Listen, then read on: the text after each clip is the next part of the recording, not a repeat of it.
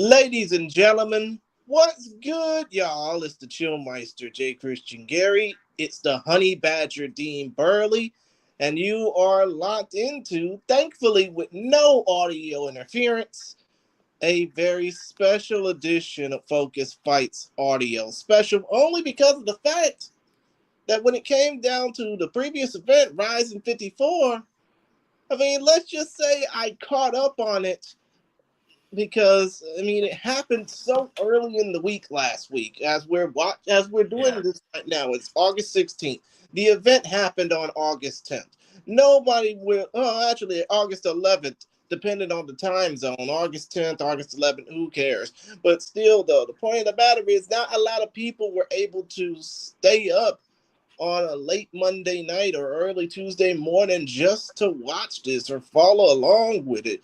You got to be like the sickest of the sickos just to basically watch this event. But, when you have an event like that, and compared to what the hell happened last night with the UFC and with boxing in Atlanta, you would have to say that this event really topped them all this week. Am I right, Dean?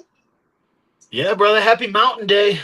Yeah, yeah. Yeah, that was the reason for the weird early in the week, but I love it, man. Any excuse to, have a banger card, I'll take it.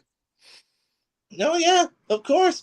Especially when you had 10 fights take place over the course of about 4.5 hours, and the fights went by so damn quickly. It was incredible to even think about. Well, that's the good news, so to speak. Yeah. Yeah, this one's gonna go off the rails quick, I think, because of what happened, and of course we're gonna get into it. But it was a short, concise card. I always say that 10, 12 fights is good for like a national broadcast or international broadcast. Mm-hmm. Um, if there's one or two guys we don't know, we get excited, like, oh, who's this new guy? If there's a ton of fights of guys we don't know, it almost feels tedious. It feels like a low level card. So it was kind of the perfect mix of really tenured guys with just a couple up and comers and a couple debut fighters to look into that didn't feel like it was too much homework to do for the fans. Oh, yeah, of course. Especially, again, considering the fact you had 8 finishes on this damn card. Still though, regardless of what happened in the final two fights, and we will basically talk about all of that coming up. But 8 finishes on a 10 fight card, do you think that's good progress for a fight promotion? Considering the fact that you got BKFC claiming, oh, we got the fastest knockouts in the fight world. Well, they do have a lot of finishes, but it's because it's kind of the level that they're bringing in. We saw some good finishes. We saw guys who don't normally get finished. So there's a lot of guys rising to the occasion. No pun intended. Eh, But yeah, it was a very good show. And even the main event that went the distance, it still gave us a lot to talk about. And then the other fight that went the distance is man, it's going to be interesting. I don't think there's anybody who has a take that isn't controversial. There's really nothing you can say about it that won't piss someone off because it's such a divisive topic. So excited to get into it. Before we get too crazy, go off the rails, want to give a shout out to our strength and conditioning coach, Davey Jones. He just placed in 2 divisions at the NPC here in Denver. So shout out to Davey Jones. You can find him, the Davey Jones, on Instagram. He's our strength and conditioning coach for our team. Also a professional power lifter, professional bodybuilder. He's a corrective exercise specialist, sports nutrition conditioning specialist, and national qualified athlete in USS strongman and bodybuilding. So check him out, man. You'll see me lifting with him sometimes. He's really helps me out when I compete. Anytime I do like a national jiu-jitsu tournament, he's really helped me out. So yeah, really proud of that guy, man. I got to know him back when he was just a regular dude before he got into lifting. So I know it's not his genetics. He's come up the right way. I'm really proud of that guy and glad to have him on our team, man. And glad he picked up some medals represented at the show in Denver. And he's on to the nationals now. So looking and forward to that. who is your team again? The Rocky Mountain Savages. Machado Machado Brazilian Jiu Jitsu here in Colorado. as in Colorado Springs, right? Yes, yes. Right, right. Of course, of course. I mean, as for me, I don't have any sponsors.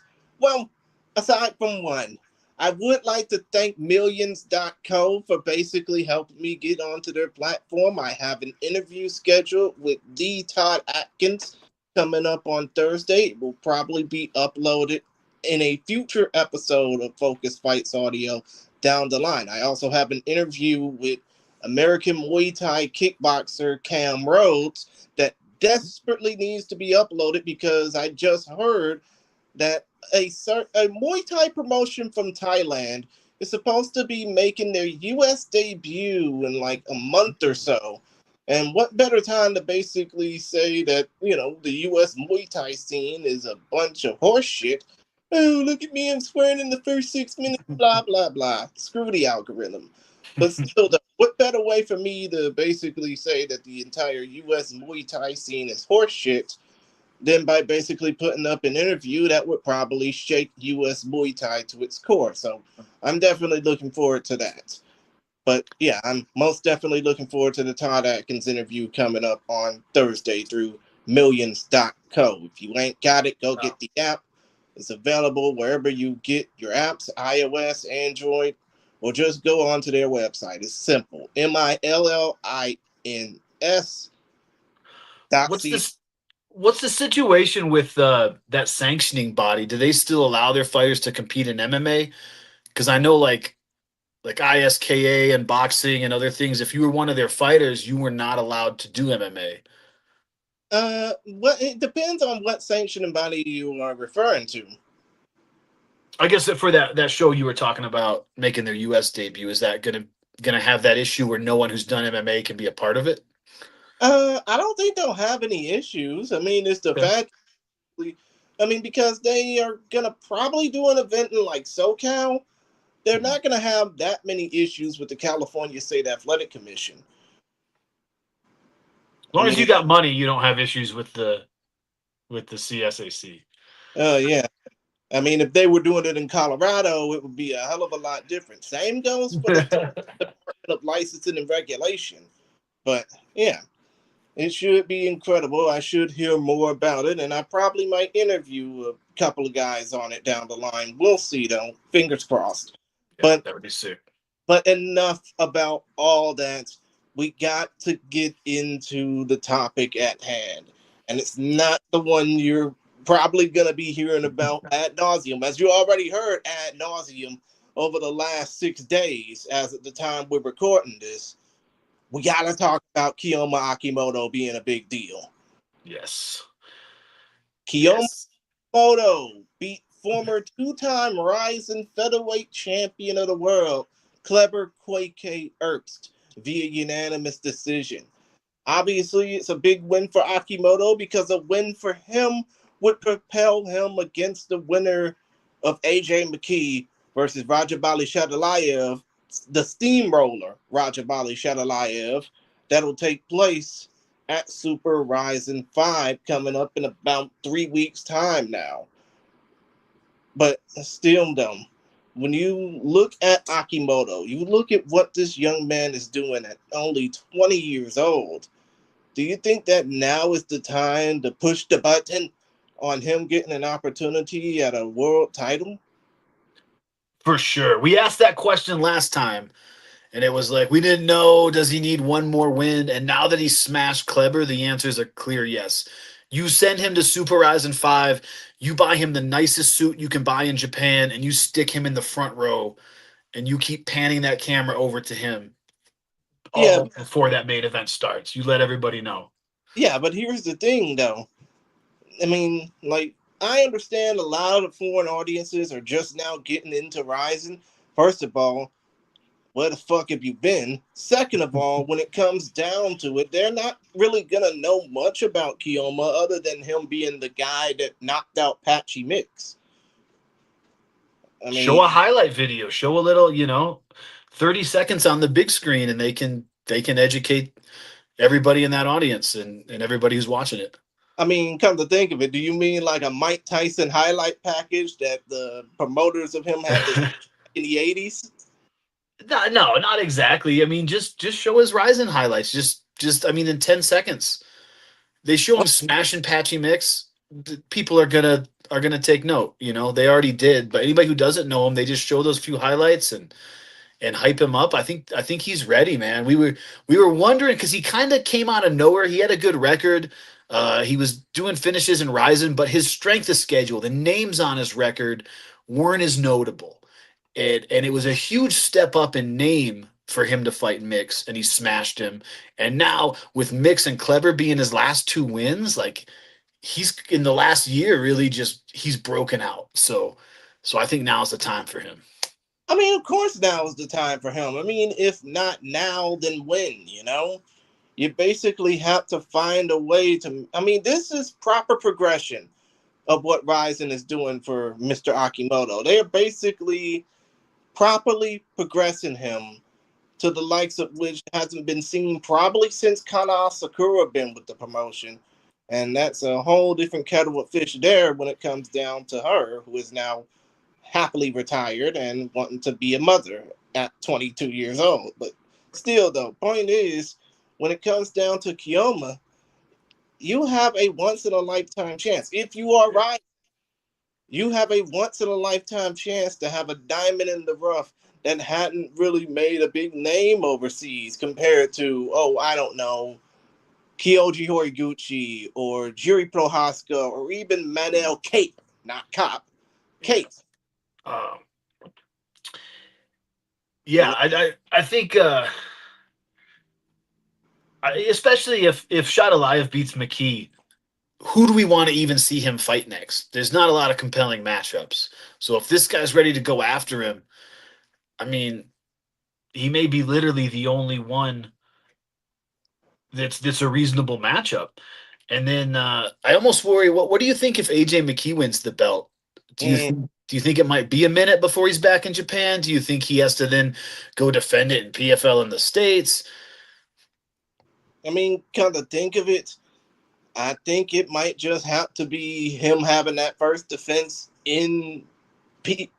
I hate to basically pronounce it like this, MVPFL, Yeah. before to go back into fighting in Japan, because there's a fucking reason why his dad only fought there like a couple of times in his career. I mean, because he basically felt it was more feasible. Antonio McKee thought it was more feasible to fight in the States rather than fight in Japan. And well, when he fought in Japan, he got armbarred by Shinya Aoki, but that's neither here nor there. Still, though, I think that Akimoto versus McKee would be the more feasible matchup to have just as soon as McKee gets that first title defense down if he beats Shadalayev. But Yeah, I feel like if Shadalayev wins, though, he's going to have a quick return in Japan. That he could fight again. His next fight would still be in Ryzen. We wouldn't see him in PFL, MVPFL to maybe early 2027. He could mhm. still do that New Year's fight. Um, and we'll talk about that on why I think American fighters would rather fight at home. When we get into the fighters that missed weight, I'll talk a little bit more about that. But yeah, I think same thing. You know, guys that cut a decent amount of weight, it's always easier to do closer to home without a big international flight messing up your weight cut. Oh yeah, especially considering the fact that a flight from Bishkek, Kyrgyzstan to Tokyo, Japan is a hell of a lot easier on the body than it is, say, a flight from Tokyo to LA and then a drive down to Long Beach. Yeah, I that's mean, a that long one, man. That's I've done Seattle to Tokyo. It's a long one. damn. I mean, what, for like a pancrase show or something? The U.S. Army sent me over there, so got to. Right, of course, of course. Now, before we move on, I mean, I just gotta ask, what do you do with the broken bones of Clever Koike? That's tough, man. Because he still has good submission ability. I think he could still be a spoiler in specific fights. I don't think he's really fallen off. Uh, But as we talked about on the preview show, sometimes he tries to prove that he can strike also. Um, and I don't know if it's just he's just not as good at striking, or if it's his preparation is mostly grappling, and then he fights a striker and like gets in the moment and wants to strike with them, but he's just not as good at it. Yeah, so it's tough for him. Anytime he tries to show he can strike too, he kind of shows that he can't. I also think that there was a time they had two really dominant Brazilian champions, and they both lost their title around the same time. And Ryzen wasn't too keen to give them both immediate rematches. They were kind of ready to move on. I think in the hierarchy, they'd rather have a Japanese champion, and then maybe under that, another kind of Asian champion. Because they've gone to Central Asia, they've gone to Korea, someplace they can still draw. A Brazilian champion with their current schedule doesn't really help them too much. I know he's popular in Japan. He's good with the Japanese culture, and you've got to have those Japan versus Brazil matches. But I just think they're not too keen on making him the champ or giving him like a fast track. So it's kind of rough for him. It's kind of a rough out for him. He still has that submission ability. He can still be a good fighter. If they ever did a tournament or Grand Prix, I'd love to see him in there because he'd make the field stronger.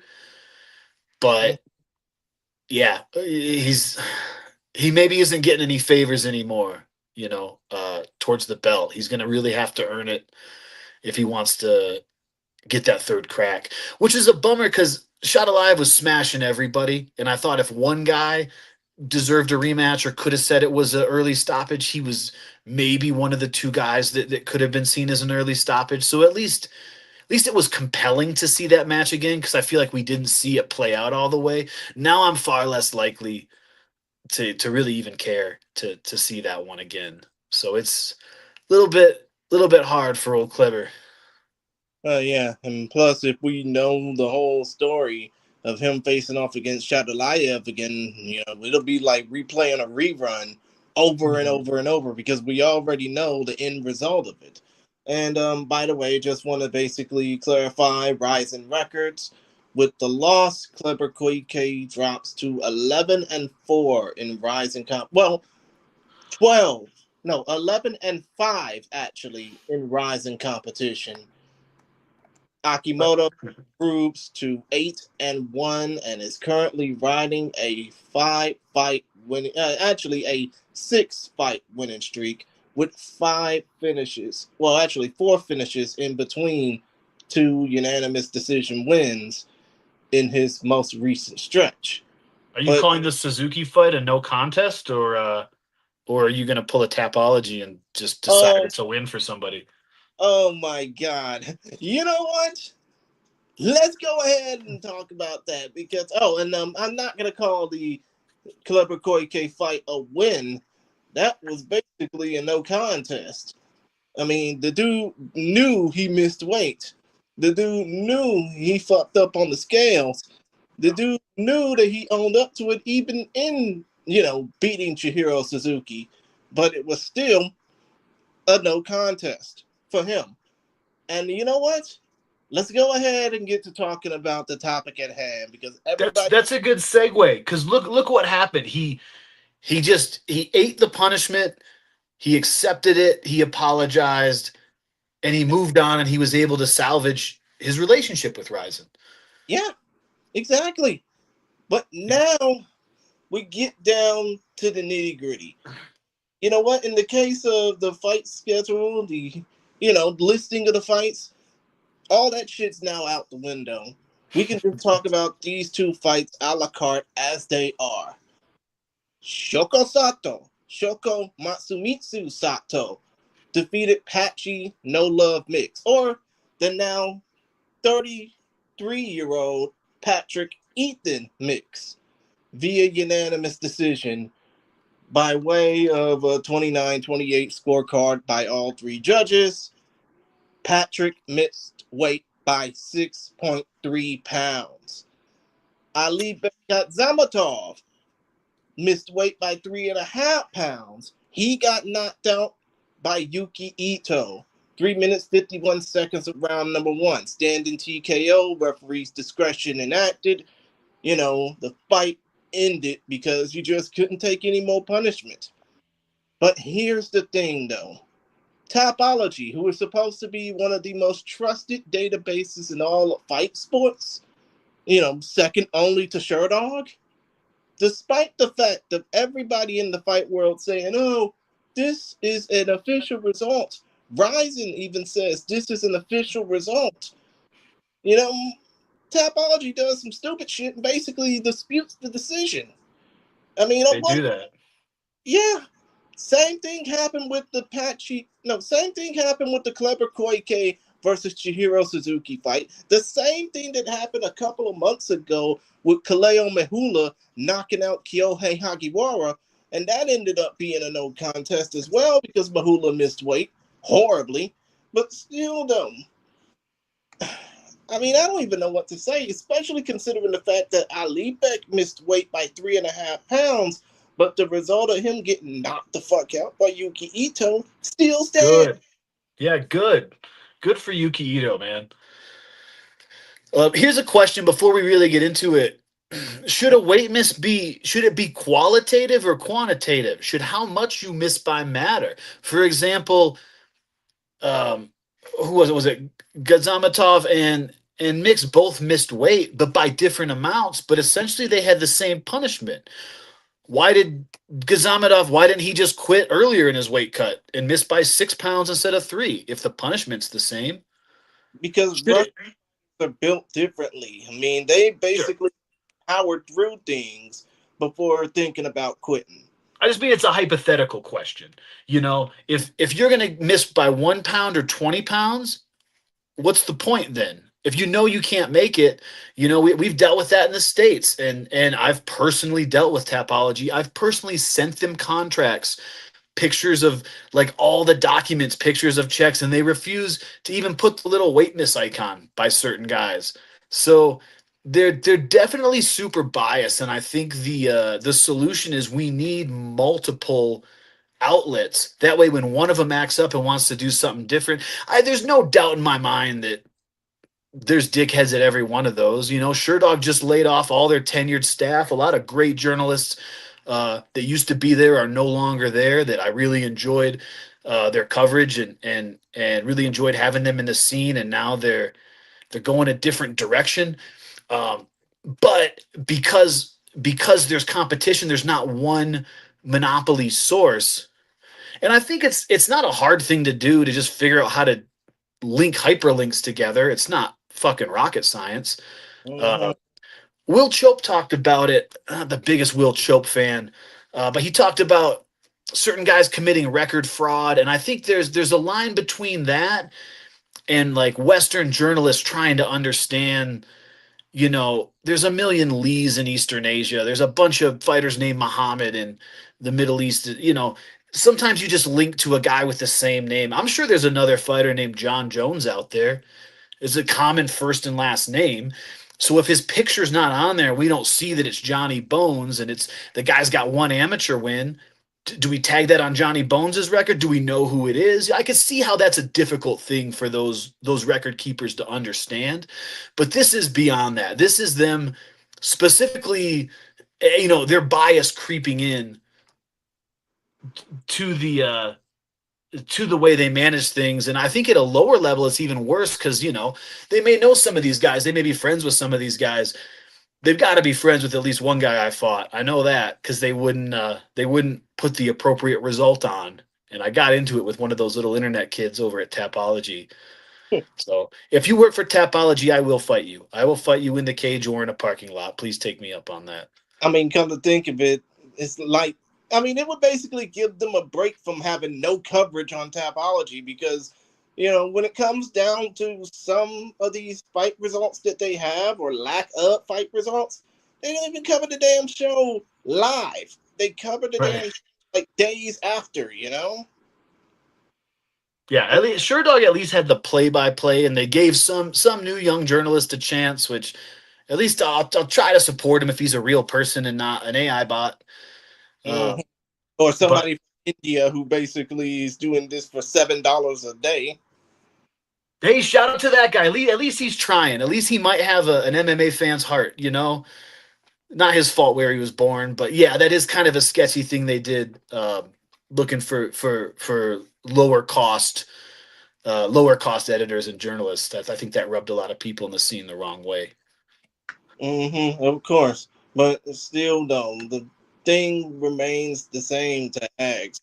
When it comes down to the whole topology controversy, do you think that they should be, taken to the woodshed when it comes down to how they treat Ryzen's weigh-in policy compared to how Ryzen treats their own weigh-in policy?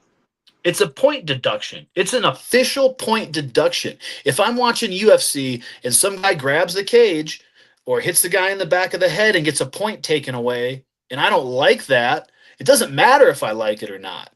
He lost the point, and that's going to affect the outcome. Are they going to go back to every fight ever that's had a point taken away for a foul or fence grab and recalculate it as if that point did? It's a point deduction. Like, what are we doing here? I'm a Detroit Lions fan. You think I always like to accept the official result? Of course not. They screw us every time. But that's part of being a sportsman. That's, part of just taking it and moving on. And sometimes it just is what it is. But yeah, if there's an official point deduction, or if you thought something was a bad stoppage, you don't get to play the record keeper. You got to go with it. It's It, basically, and I think that a lot of fight fans, I wouldn't say they're getting this the wrong way. They probably just don't know that a lot of fight promotions around the world, yeah, they may follow the same uniform standards that the UFC has when it comes down to, gear and how to promote yourself and blah blah blah, all the way down to the copying of the octagons that they use, because there's not really all that many circular cages in fight sports around the world. And thankfully Ryzen is one of the few outliers that don't do the same bullshit that the UFC does when it comes down to all that monopolization. But still, though, there's a lot of different promotions that have different rules for when it comes down to weigh-in misses and how much weight you can actually gain via hydration after the weigh-in. Yeah. a lot of them don't enforce that. So, for example, Colorado adopted, I think, 2 years ago. They were just going to be like California. They were going to weigh you the day of the fight for no other reason than just for data, just to see what you've weighed. They Mm-hmm. weren't gonna they weren't gonna make you move up like California does nothing. They just wanted it for the health data. I've offered every time. Hey, do you guys want to weigh me today? Never. No one has, since that rule got passed. No one has ever been weighed. Uh, I also think it should be based on how much you miss by. Maybe 1 point per pound, maybe $100 per pound. So something written. But you got to remember, this was written in the contract. Every fighter that signed that contract months ago and prepared knew that that weight miss clause was in there. They knew that illegal strikes were a point deduction. They knew that months in advance and could train that way. So we don't even hear Patchy complaining. He's the one that's affected, and he's not out there bitching about it. He's just taking it, apologizing, trying to move on and salvage his career and get back in their graces over time, kind of the way Kleber did. The same would also go for Ali Bek. It's just Yeah. unfortunately don't understand Russian. And here's the thing, too, man. If somebody misses weight, I used to think that they probably had an injury, usually a lower body injury, because they couldn't do the road work to drop the weight. Now it's becoming a freaking epidemic. A dude's missing weight on purpose. We had last show I fought on, 4 of the 6 pros missed weight, including two of the title fights. The title fight wasn't even. I think it's still called an official title fight, but if you look, they both missed it. It was a bad look for both those guys. I live like 2 blocks from the weigh-in.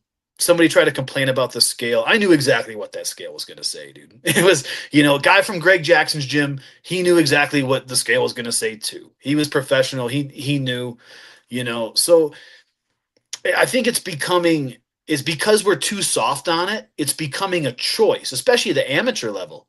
What's 10% of nothing? Oh, there's no. You give them a point deduction if you can't take their money, or take some of their ticket sales. Something, make them do 10 jumping jacks where they get in the ring, or so, do something versus zero punishment at all. If there's no punishment, it's going to become a tactic, and that's not what we want. I think the one time maybe I would disagree with the official result is when Chatri from one tried to change his own official result. Remember that? He tried Yes. to pull a tapology and say, well, I think it should have been scored like this. I think that's the same thing. I think you got to go with what the judges say and what's read there in the ring is how you gotta report it. Unless it's literally read in error or they said the wrong guy's name or something. You've got to stick with that. Every other sport they have to deal with that too. So it's part of sports. Maybe you'll get a loss on your record you don't agree with, but you can't sabotage the whole system because the consequences for that are just they're too steep. But maybe, yeah, Well, maybe yeah, some sort of quantitative punishment, a dollar amount per pound or a point per pound, something like that maybe could be amended in the rules.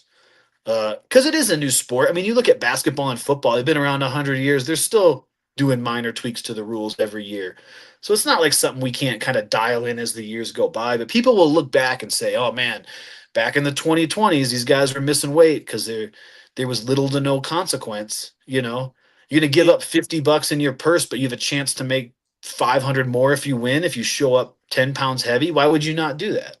yeah. But here's the thing, though: mixed martial arts, as a regulated sport, has been around since I would think 2001. Well, not 2001. That's pretty damn low hanging fruit because of Dana White and company. It's actually been an organized sport in this country since 1993. It's been an organized sport around the world since 1988. You 88, know, yeah. you would have to think that in the now 38 years it's been since the first true mixed martial arts event took place in Japan with Shuto, oh, by the way, SHOOTO for the uninhibited. Just But shoot up. But still, though, point of the matter is, you would think that in 38 years of organized mixed martial arts, 33 in this country, oh, by the way, as of this fall, that, people would probably get a little bit more corrective about weight cutting and weight missing, especially considering the fact that, in some cases, if you miss weight, especially for big fights, not only is that money lost, but if you are or happen to be a foreign competitor like Apache Mix, like an Alibek Zamatov, that's going to deduct your purse and you probably will have to find a different way to go back home. Yeah. Yeah, man. There were times where if you showed up way heavy, like, get out of here. Don't even. You're not even staying at the hotel tonight. Your fight's off. Get the hell out of here. So, um, I don't know. The Japanese system is the harshest. There's probably a middle ground, but I lean closer to the harsh punishment. Yeah, you don't just get in the sauna at whatever without checking your weight and just get out magically on weight. It's a very controlled process where, you know, you're documenting it quite often. Um, you should know what you should be in kind of a rhythm. And I get like an injury can affect that, I mean, if you're injured and you can't make weight, tell them you're injured. Pull out, reschedule the fight. We had one fight canceled because it was Kate Lotus had the knee injury. What Mm-hmm. if she didn't say anything and tried to do it and shows up 6 pound heavy? It's gonna look terrible. Instead, she was honest. She said, I have this injury. Here's when I can fight again. But it is difficult if financially you're dependent on that. You can't miss the fight. You can't have it delayed. You're Stephan Bonner and you got to get in there and pay your bills. So you got to take something to heal quicker. Puts you in a messed up spot, man. The purse isn't always so great at those lower levels. Mm-hmm. So I get the pressure for sure, but as a guy who trains around working 50 hours a week, I really don't have any sympathy for anybody else, especially dudes who come in heavy on purpose to try to take my win bonus. Yeah, of course. And I mean, think about it like this. I mean, last night, and I hate to basically change the subject a little bit, but last night I saw a fight on the Clarissa Shields undercard featuring two big motherfuckers. One weighed in at about 450, the other weighed in at about 315. And it basically made me think that, you know, what if we were to look at a fight as no limits, and instead of all these weight limits, we would basically have sumo wrestlers trying to throw hands, knowing that they would get beat up by guys like me, and I standing at 5 feet 3 inches tall and weighing at 175 pounds, and that's with a gut.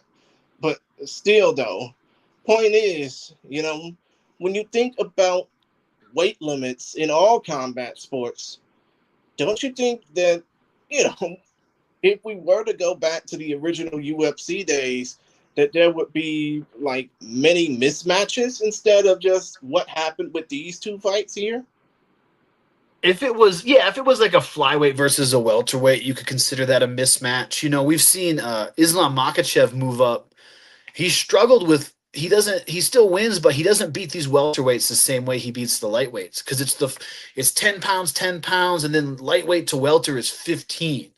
That's the smallest class that has that 15 jump, and that's a big percentage for those, that smaller class. So I think so. I think it does matter, but at the same time, once you get to heavyweight, once you get above like 225, it's a point of diminishing returns. An in shape 230 guy should beat the shit out of every 300-400 pound guy. Like that's just what should happen. Like it doesn't really help you unless you're enormously tall. And I think it was Dana White who was the one responsible for Weight that limit. stupid arbitrary 265 limit when he had Semi Schilt under contract, who was 7 feet tall, whose skeletal frame weighs 266 pounds, because he wanted guys in better shape. And it's like, well, Semi Schilt's in good shape, dude. Like, it's because you sign all these 5'8" heavyweights that are fat. Like, just have better standards, Like, you chose to sign him, it's your league, but he tries to rip on the guys that make the weight. He tries to punish the guys that listen here, you fucking goof. I'll tell you what you don't do. Yeah, what you don't do is you don't fucking show up 6 pounds heavy, 10 pounds heavy, and expect no consequences. What you don't do, you goof. I'll tell you. Why do people think talking like a boomer like that makes you right or more authoritative? You sound like an idiot, dude. Tell you what you don't do. You don't slap your wife and then tell me how to act. Well, You yeah, don't punish the. You tell you what you don't do. You don't punish the guy who makes weight and then doesn't take the fight because it's a no-win situation. Look at Wonderboy Thompson. Look at what they did to him. They buried that dude after he wouldn't take a dude who missed by some absurd amount of weight. Good for him for standing up for himself. He should have asked for 150% of that guy's purse. I mean, come to And think, now we'll never see him fight again. yeah, the same thing happened with Aspen Ladd versus I think Leslie Peacemaker Smith. I mean, didn't she miss? I mean, didn't Aspen Ladd make the featherweight limit for a bantamweight fight or something? She was way over, yeah. But you're Oh, gonna. actually, that wasn't shit. What am I saying? That wasn't Aspen Ladd. That was Alexis Dufresne. That's why they're throwing those backup fighters on. So if somebody misses, their whole main event isn't trashed. If somebody passes out cutting weight or something. Um, but yeah, they're just. I mean, if you're that far over, you're looking for way too much of an advantage.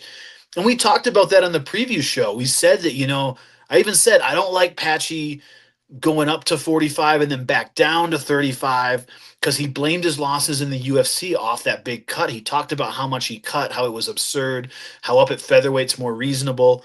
Then he went right back and made the same mistake again. Mm.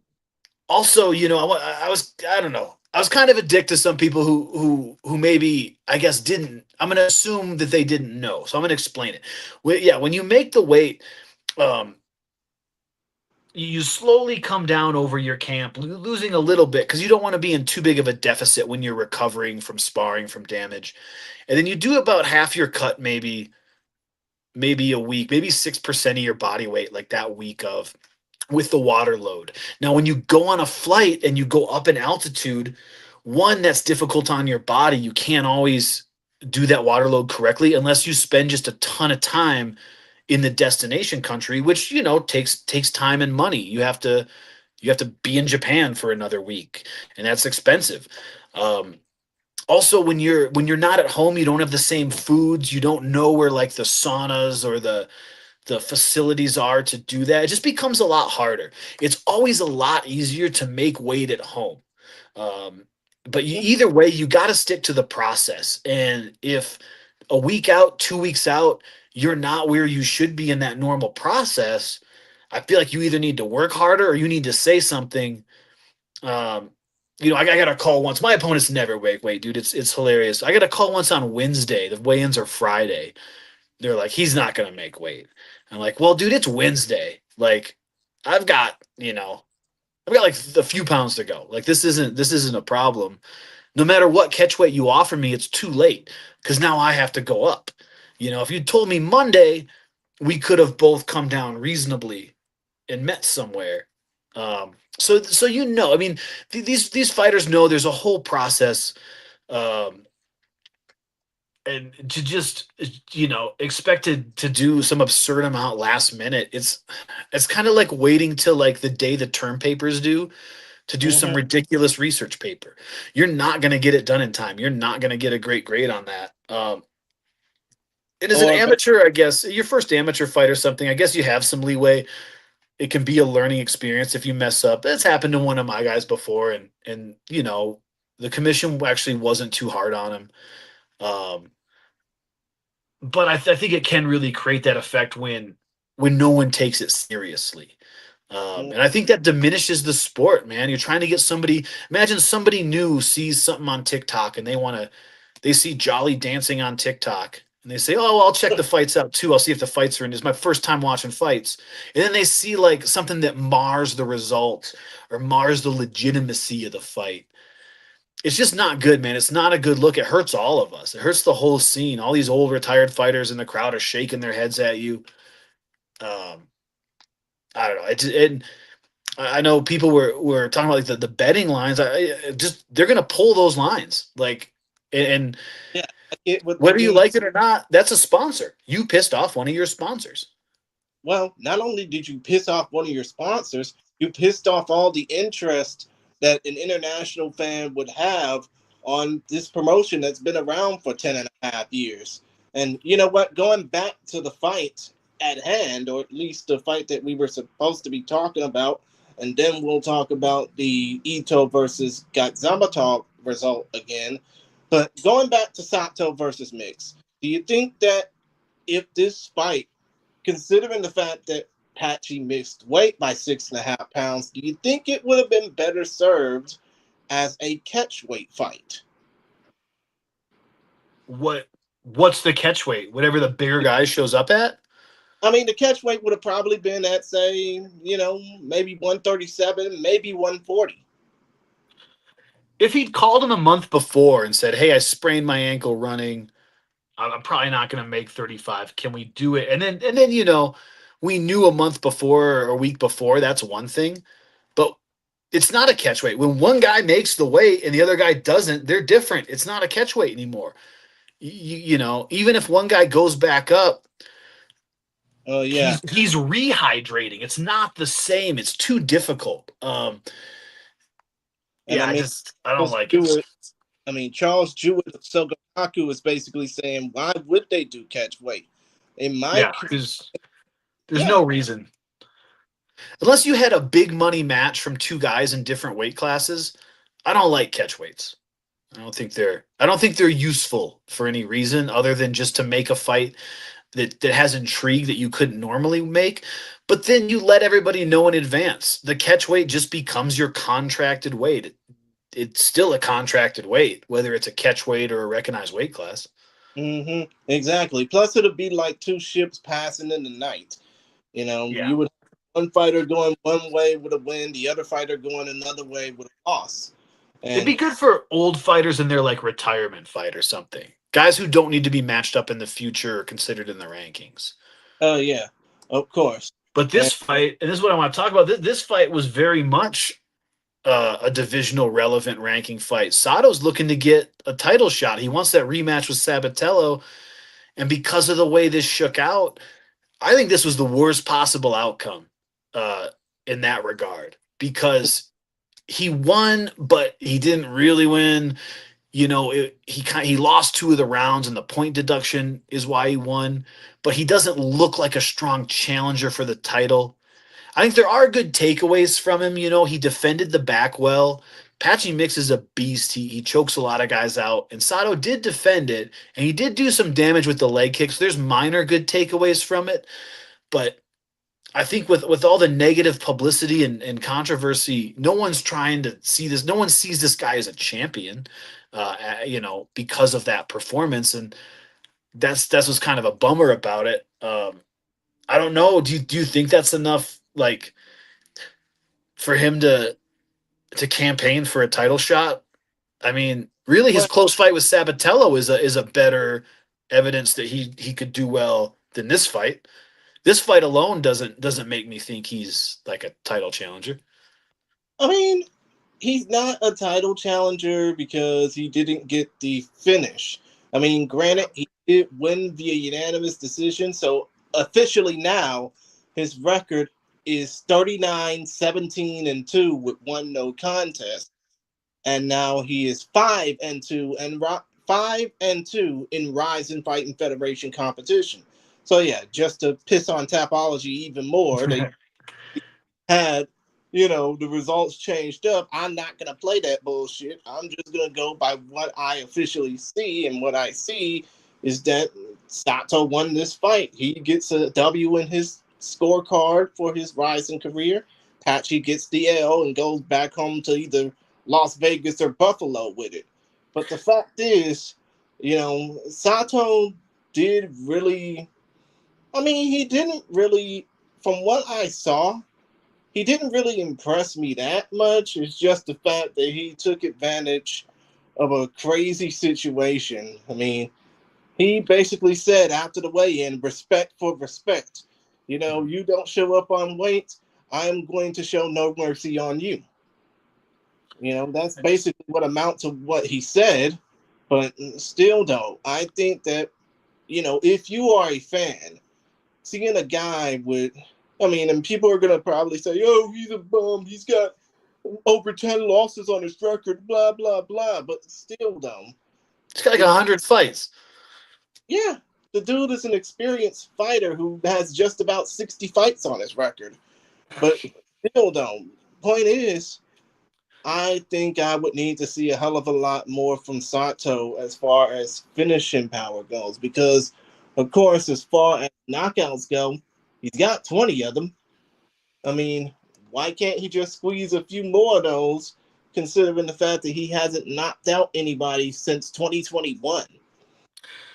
Yeah, he was looking good, man. That John Sweeney fight, he looked sick. He got a great finish there. His striking and his grappling looked great. Um, here's a question. Let's say these two guys rematched, Mm-hmm. and both of them make weight. Mm-hmm. During the time they make weight to the fight, who do you think the favorite's going to be? What do you think the lines are going to look like, considering what we just saw? Considering favoritism and the fact that a lot more people in this country have seen Mix compete, they would probably say that Patchy is the overwhelming favorite, despite Yeah. Mix, I mean, despite Sato having the better record. Sure. Sure. I just mean if they were to rematch and they both make weight, I think everyone's going to favor Mix heavily, you know? So that's probably not one they're going to run back, considering like what we saw him do. He really threatened a lot in the first round, and then he had some good top control time uh, throughout the fight. So yeah, I just don't think it's one they're going to run back. I think Mix has one fight left on his contract. Yeah, he Really? did. I thought it was a 3 fight contract, if I'm not mistaken. I thought when he lost to Akamoto, he got on the mic and told everybody, but I didn't brush up on that. I mean, for the record, this was Patchy's second fight. No, second Yeah. fight since leaving the UFC. His third fight in the promotion, of which now he's Oh yes. Yeah, he's now 1-2 under Rising rules, but still, though, you know, The second fight on this current stint, though. yes, of course. I mean, you might be right. It might be a 3-fight deal, and he might be told to fuck off afterwards. But still, dumb. You Who I know? mean, he was brought in to fight Japanese guys, right? That was the whole point. They weren't Yes. trying to match him up with other foreigners. He's there to give a chance to build a Japanese fighter. Is kind of what I took from it, and I don't know because he's still a risk of an opponent. Like, I mean, who do you give him? I mean, if Ryo Tagaki survives Vugar, still kind of a scary fight if he gets taken down. He beats Kyohei Hagiwara in like in a minute. Like what other popular fighters? I see him as kind of more of a risk than anything. He shows up, he misses weight, and then chokes your guy out. That's not a great look. So it's going to be tough for them to match him up. I think. I mean, it will be tough to match him up because who do you give somebody that made weight? I mean, that missed weight by about a whole weight division. You know? Yeah. And I think almost if anything, it's kind of marring his overall legacy. Because if you look at his best wins, Sergio Pettis, Kyoji Horiguchi, Kiyoshi Horiguchi, Rafian Stotts. some of those guys are kind of career flyweights. And if you look at guys who fought, most of their career at flyweight and they lose to a guy who's really probably should be at featherweight, it's just too big of a gap to feel that those were like competitive. They're easy to write off, is what I mean. It's kind of like he's tainting his own legacy in a way. Mm-hmm. And I mean, to be honest, the same question can be asked for Alibek Gazmatov versus Yuki Ito, which now I can read these records outright. Gazmatov now drops to 6-2. Oh, don't He, don't read the specifics. You're going to make a certain person mad if you read the specifics. oh, who gives a shit, to be honest? Anyways, he's 6-2 in the promotion, 2-2 in Rising. Ito is now 11-3 in the promotion, 21-7 overall. But still, though, when you think about Gazmatov, what's next for him? I mean, could we Yeah. potentially, even though this may be a bump in the road, and he probably might get the opportunity to compete, if not elsewhere, then definitely potentially compete on a bigger stage down the line, maybe in Rising. What's next for him after he missed weight by 3.5 pounds? He's so young in like life in his career. I think they could have him fight a couple of times at home, show that he can make the weight again before he Mm-hmm. comes back. And there's so many fresh matchups just because he's a new guy that's only had a couple fights in the promotion. So yeah, he could come back for sure. And we don't know the whole story. Was he injured? Was he sick? I don't always buy the sick thing or like the doctor stopped me from cutting weight when I passed out 8 pounds over. Like, bro, the doctor saved your life. Don't blame it on the doctor. But uh yeah, man. As far as Yuki goes, I think the losses to Urson should count as double. They should count as two losses each. He should have a total of four losses from those fights just because he lost to Urson. Uh, he's looked so good in every fight aside from that. Like I loved his mentality. When he said people said I could just hang on and win, and I said I didn't want to do that. I wanted to go in there and get the knockout. That's what you got to do. I'm sure that's what Sato tried to do. He had a tough opponent, but yeah, Ito's looked good. He's got great stand up. I just think those losses to his arch rival Urson Yamamoto really do they really did kind of hurt him because what do you do with him? I mean, he's beaten all these guys. He's moving up. What's next if he has title aspirations? Do you give him like a Matoya or a Oki Kubo? That's way too much. Those guys are going to take him down and beat him. Um, is he just a fun fighter to fight new signings and foreigners? And I think he's. I I don't know. mean, I think yeah, it's tough. and I mean It's to the be performance he honest, needed, though. He needed that. He showed that he could be the guy who tried to take him down. He finished him. He looked great. He's a breakout star. He's going to be tough to match up as well. well, to be honest, in Ito's last fight against Carlos Malta, who was Mhm. just coming into the promotion off of basically wrecking shop and knockout, I mean, the dude basically dominated him for the course of those 2.5 minutes. I mean, I would basically see something of, you know, of if not a proven ground fight to prove that he can be a contender, maybe, and most definitely a, I wouldn't say top contender fight because that would be low hanging fruit. I would just basically say he would need a, you know, top five contender fight next against a dominant Japanese opponent. Even though there's not really that many dominant Japanese flyweights in the promotion outside of the champion, you know, Makoto Shinryu Takahashi. Here's what's kind of messed up too is because of the weight miss from Gazamarov, they demoted that fight. It was a 3-fight main card, Yes.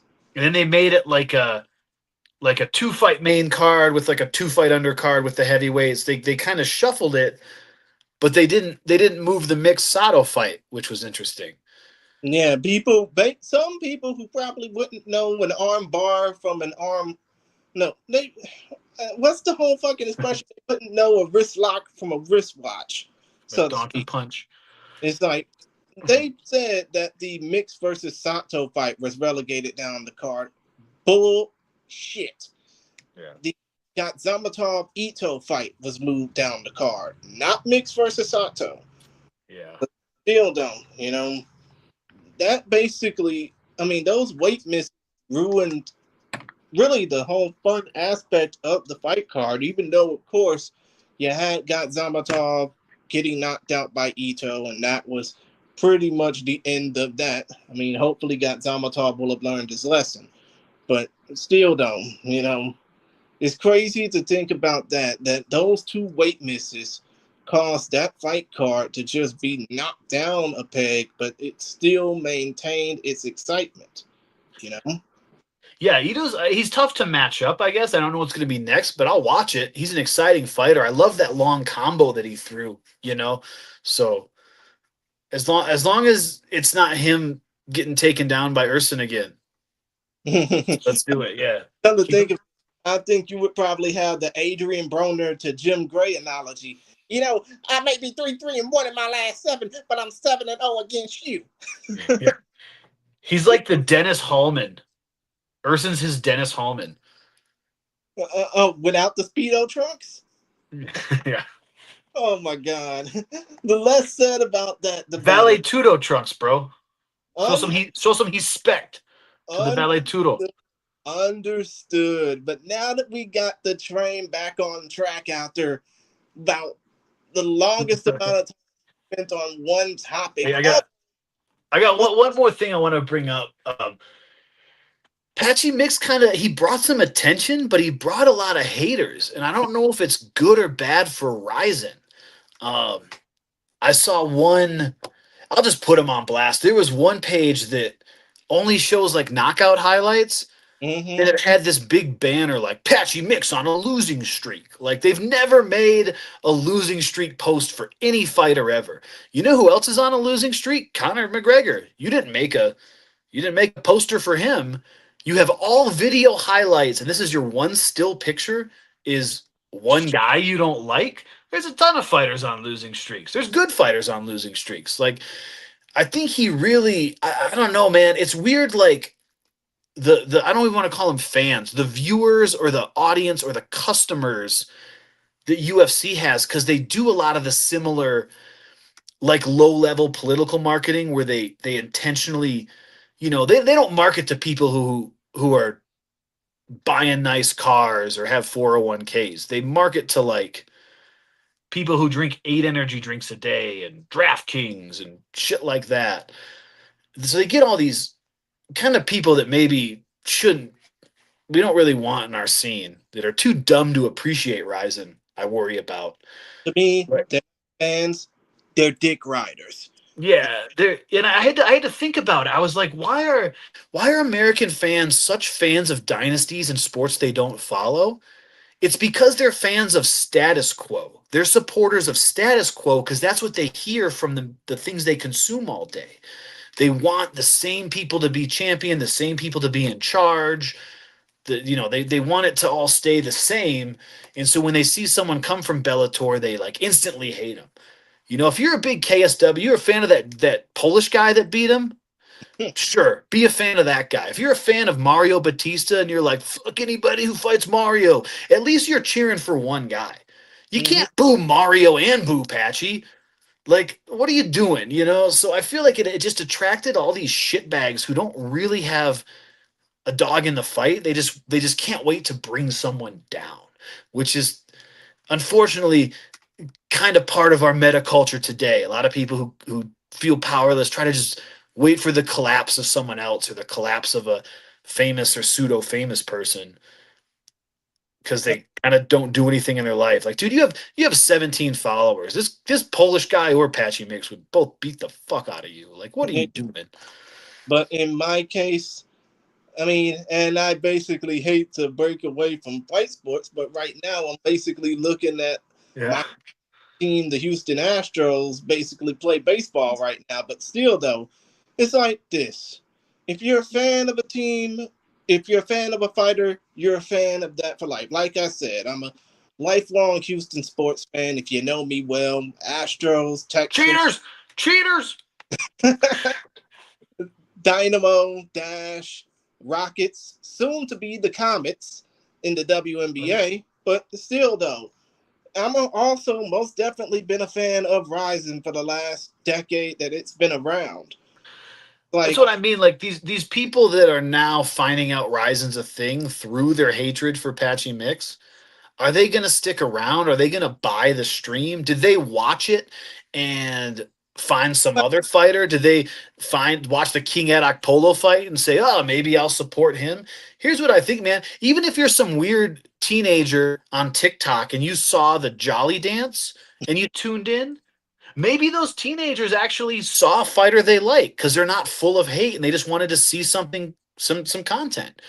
I yeah, think we're way more likely to get fans out of like the TikTok dances that we might be able to convert into fight fans than we are to ever convert these like Bellator haters or UFC dick riders. yeah, exactly. And I mean, to be honest, if somebody is not gonna buy the stream or watch the stream, however they want to watch it, because of the fact that they see something really curious, they're going to want to watch that stream because they want to basically say, you know, I seen something I like, and I'm gonna follow it until it closes down.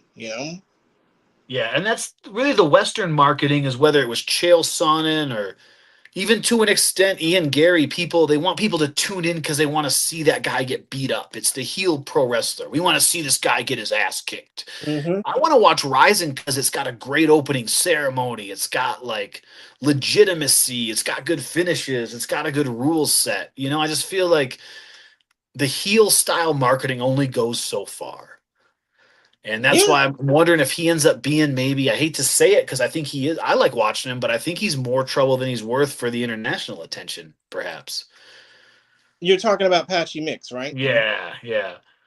Like I think he's a good dude, but yeah, I worry that like because he was Bellator champion, it's people they'll talk crap about him and Chandler, whereas like Amasov's on a win streak in UFC, but they have to about that.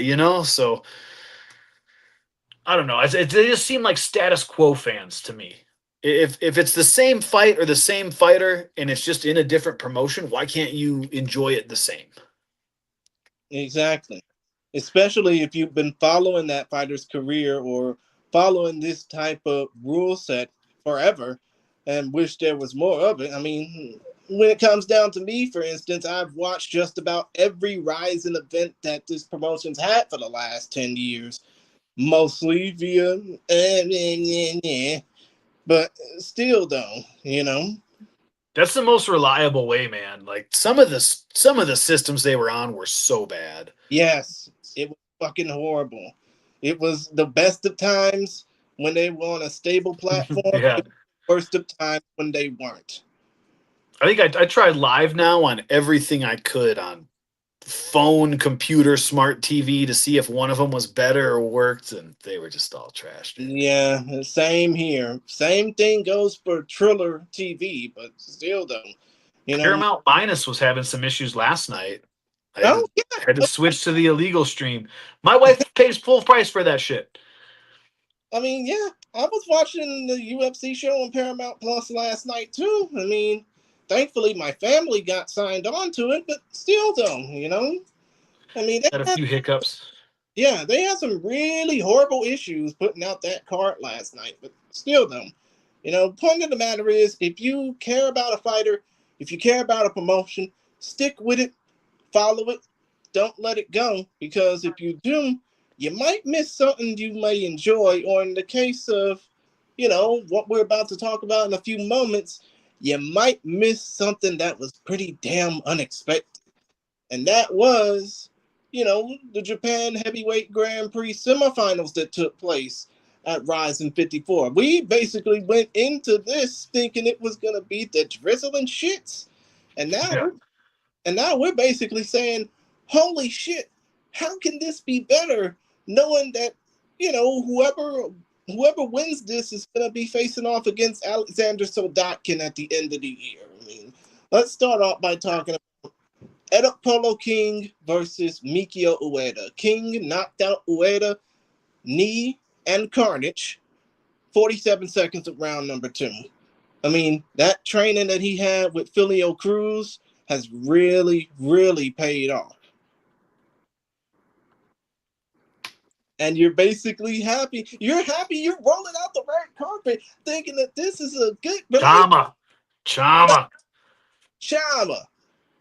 Hey, But I'll tell you, I think we still don't know about him. He's had what, 3 fights? He's had like 10 minutes of ring time. mm-hmm, The jury's still out. We don't know a ton about him, but we do know he's confident in there. He was having fun. He's confident in front of a big crowd. He's confident in the ring. So I'm trying to be hopeful. I don't know if he's good or if he's just enormous. I think like that's still out there, but I think Soldotkin will be the one to tell us for sure. mm-hmm. And but where's that guy? By the way, like they can't stick him in the crowd or give him like a striking match or who's our generation's Gary Goodrich they could just bring in to have lose to him in just a one-off I fight, you know?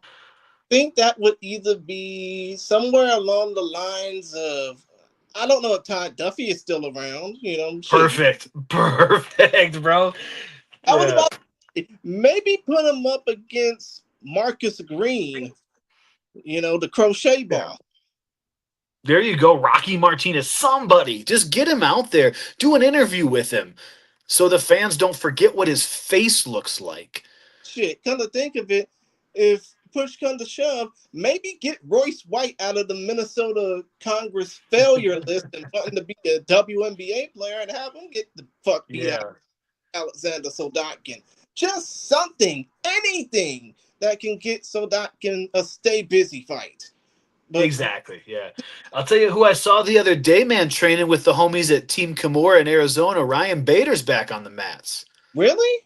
I don't know if he's still signed with Ryzen, but I did see him training again. I saw him sparring with some of the homies. So shouts to Team Kimura Jiu Jitsu in Arizona.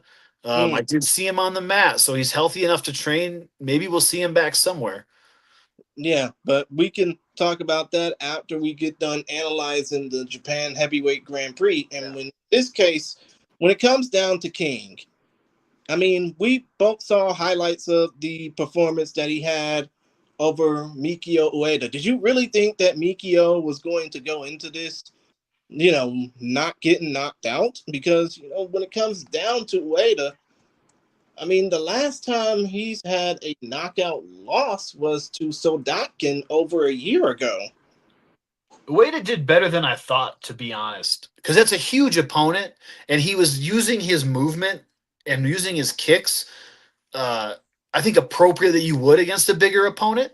Mm-hmm. Um, so I thought he did better than I thought. Again, I still don't have a great read on King, but I thought Ueda did okay, and I think he could be a good like gatekeeper for international signings at a Hmm. certain level. So he exceeded my expectations a little bit because he is a striker. But when it got in the clinch, we saw,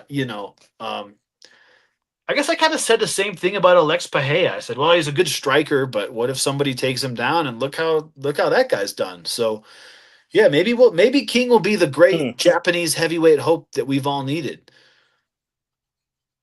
Yeah, of course. Even if I mean, the Soldatkin dude is a. smashes him, he still is, young dude could have a could be what like his turning point is to make him change some of his training. So I think we'll see him around for a while. I mean, come to think of it, he's a Korean Nigerian anomaly. Yet you're basically could be the great Japanese hope. It's weird he's in this tournament, right? Like he has the Japanese flag by his Name. yeah, like he trained in Brazil. Well, he's not training in Brazil. He's being trained by a Brazilian in Close the enough. Yeah, fucking. yeah. Connecticut or something. I mean, but still, though, that's what I mean. The dude is an anomaly. I mean, he's kind of like, I would say he's like Victor Wembanyama. He's basically young, full of confidence. We don't know much about him, but damn, can he go? Yeah. And the crazy thing is, dude's only 25. I mean, he was born February 8th, 2001. You know, he's got a That's lot. crazy. Yeah. I mean, I know we're getting old, blah, blah, blah, but the dude is basically starting his career off with a bang. I mean, who knows what the hell can happen if he continues to go like this? Yeah, I think we had maybe low expectations because some heavyweight fights can be a dud, and some of these guys' pasts weren't the most exciting or their records weren't the best. And for tournaments, I still think a tournament is kind of, if it's not a one night tournament, it's Okay. kind of graded on its overall, uh, like its field, its strength of its competitors. For example, the 2005 Pride Grand Prix, I consider the best because all those fighters, like 15 of those 16 fighters, were in the top 20. They had like 6 of the top 10 guys in the world. The field was so strong. That's what made it so legitimate. That this wasn't really the case. So if it's not going to be a spectacle, if it's not going to be a one night tournament or a large field tournament, what are you doing? Why do a four fighter tournament? That's not always the most exciting, but the two fights did kind of deliver. If like I said, if you were a new fan and you saw the dance highlight and you tuned in, you Mm. wouldn't have thought these were that bad of a fight, actually. And Either you know one. what? We can go ahead now that we basically, stop talking about King versus Ueda. We can talk about the bulldozing that Yeah. that Tsuyoshi Sudario gave to the raging bull Ryo Sakai. 4 minutes 26 seconds, round one, punches and soccer kicks galore. We got to see the superior rule set finish with the soccer kick, which was cool. And Taka Kenshin and Sudario have gotten a lot better.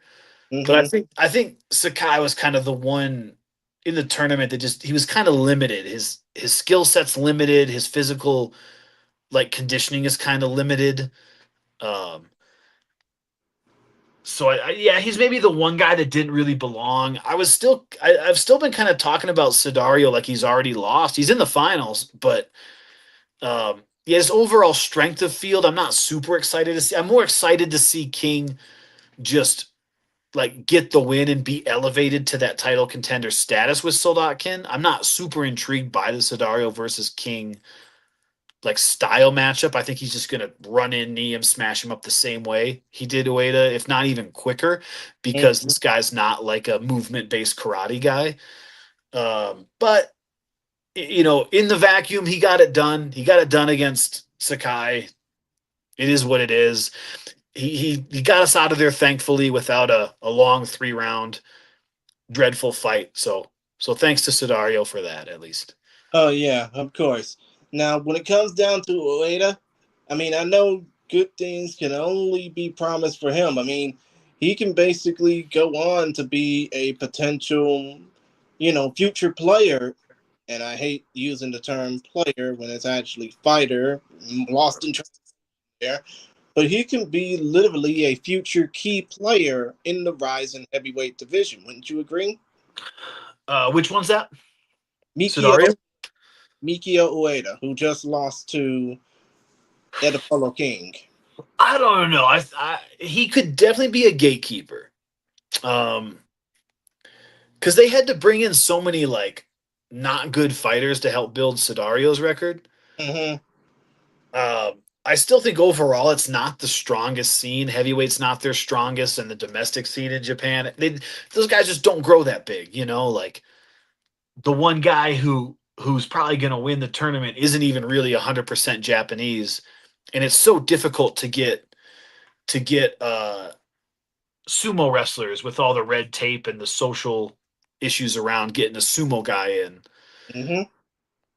That's just not their weight class. I think that's why with Pride they had, it was their scouting. It was grabbing guys from Europe, grabbing guys from all over.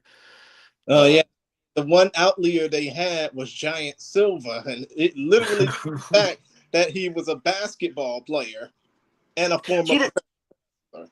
he didn't even look like he wanted to fight too. He like didn't want to hurt anybody. He didn't have like the fighter's mentality. It seemed like he was just there to get paid, kind of.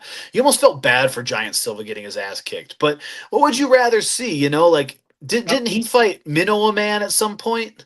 Yeah, I mean, to Like, be honest, it was much better seeing him fight in MMA and basically getting his ass kicked there than it was to see him, if you're an Attitude Era fan, oh, basically waving his hands and hanging out with the ICP and basically. uh,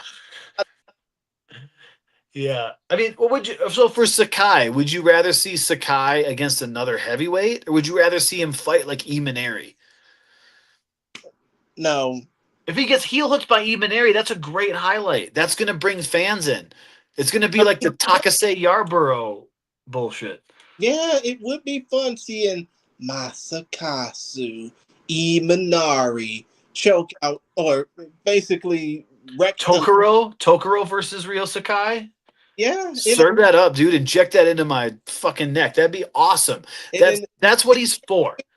sure, not in a regular fight though. I mean, basically, you can only get so much of the dog and pony show for so long when it comes down to fighters like Ryo Sakai. I just don't think he's that level for Ryzen. The only thing he's done is he took out the Kaiju killer, who was the one guy we thought might be interesting. So Interesting. he's yeah, he just, I don't know, man. Um I don't think there's a lot of great matches for that guy.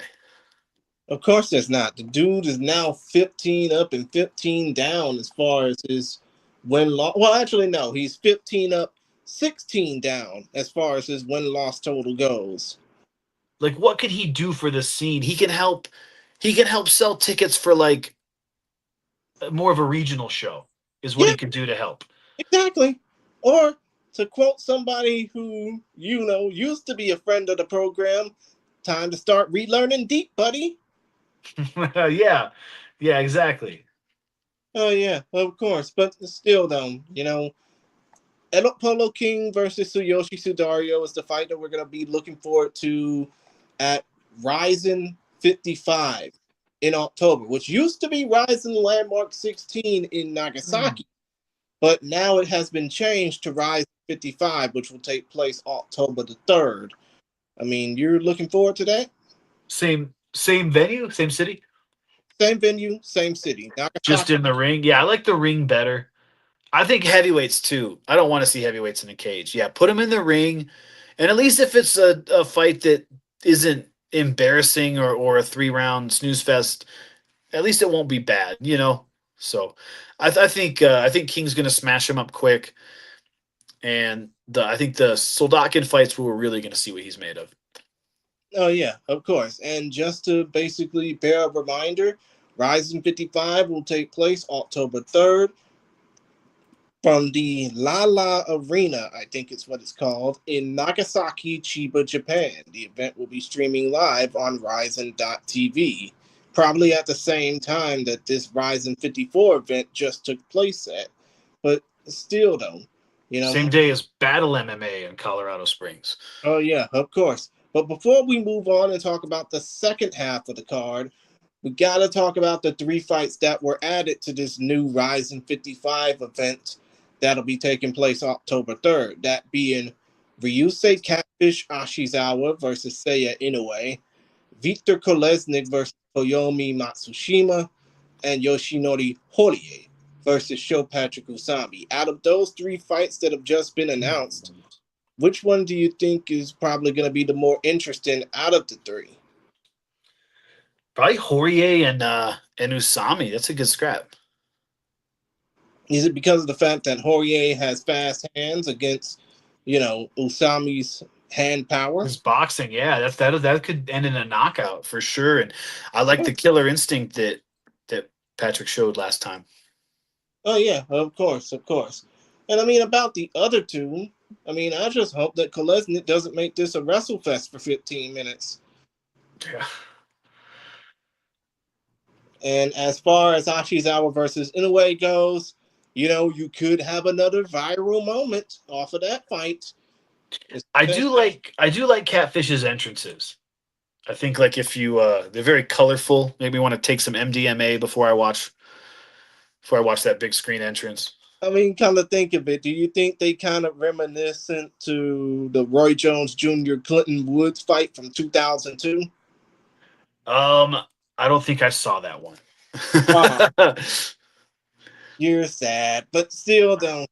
Basically, long story short, Roy Jones Jr. had this like phenomenal entrance. He had a bunch of dancers around him. Well, actually, a bunch of dancers around a platform where he was basically levitated from. The shout music started playing. The DJ then bounced to his own music. Roy's on music, and he just rapped his way down to the ring. Like Che Hong Man, Hongman Choi? Yeah, I think. he rapped his way down once and then beat the shit out of somebody. He looked like a boss in a video game. But he fought. I think it was Bobby Oligan on New Year's. I remember that one. Wow, really?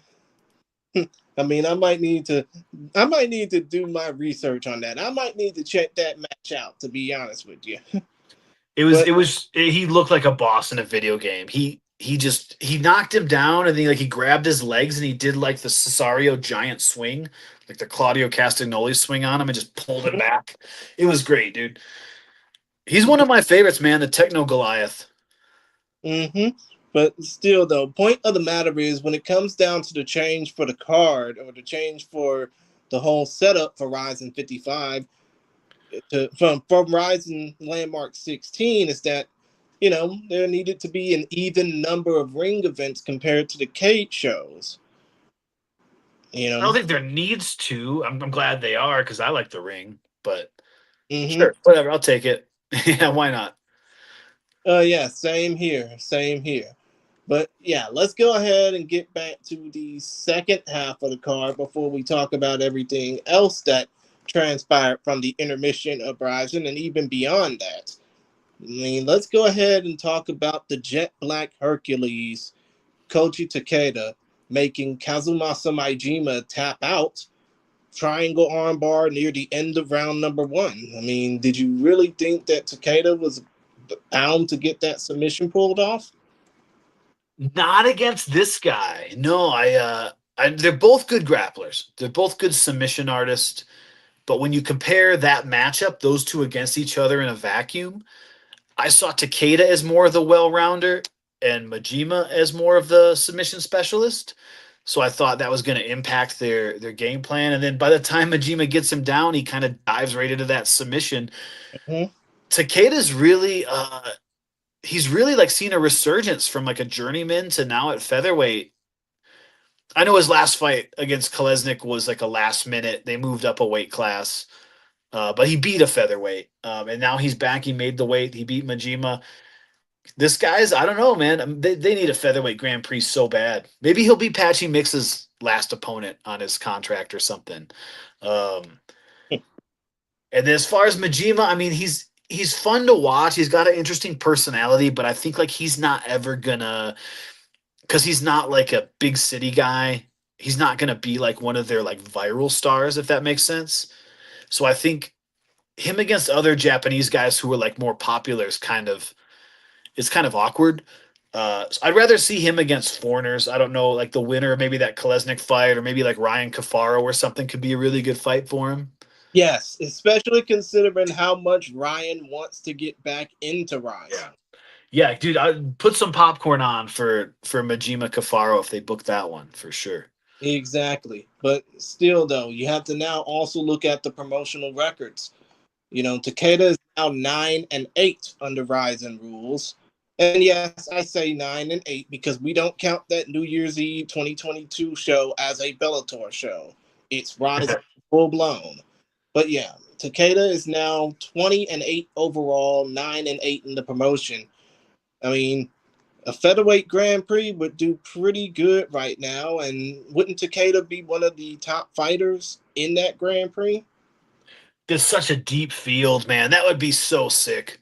They could almost do a Japan Grand Prix with 16 guys at featherweight. It's so deep. And they've got such a great foreign roster. We haven't seen I mean, since like the Deep Sengoku of 2011, we haven't really seen that was like the only Grand Prix that was held in Japan at featherweight. So You know what? Come to think of it, considering the fact that you got the PF and the MVPFL versus Ryzen title fight coming up at Super Ryzen 5 between Shadalayev and McKee, here's a hint. Why not do what the UFC and Pride couldn't do and just have an interpromotional Grand Prix? ooh, To the fact of what Glory and Rise did just last year with their featherweight Grand Prix, which just wrapped up over the spring.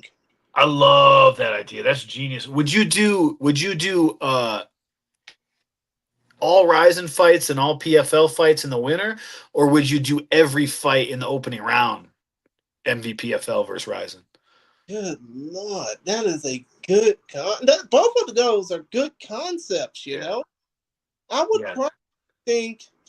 I mean, because you would basically have promotional specific first round fights for sure, especially considering the fact that if you have some fighters crossover from one promotion to another, there lies the difference with rule sets, there lies the difference with, you know, weigh in issues. Visas. Yeah, visas, Yeah. basically, Maybe you put all the problem guys with like criminal records on one side of the bracket. So you only have to do like one visa for the winner that comes out of that 4 pack or something versus yeah, having to do 4 visas for like hood guys. Yeah. yeah, of course. But then again, you would also run into the issue with who the hell's going to broadcast this whole thing because of, you know, Netflix. oh, Netflix and Ryzen Live or Netflix and Ryzen.tv. That would be welcome, but Can still, can Japanese people get Netflix?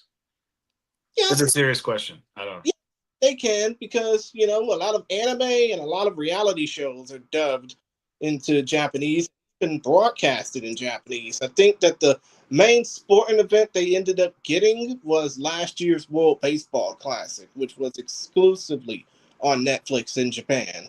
But The still, I've heard people like on vacation or stationed overseas, some of their subscriptions get kind of geo blocked.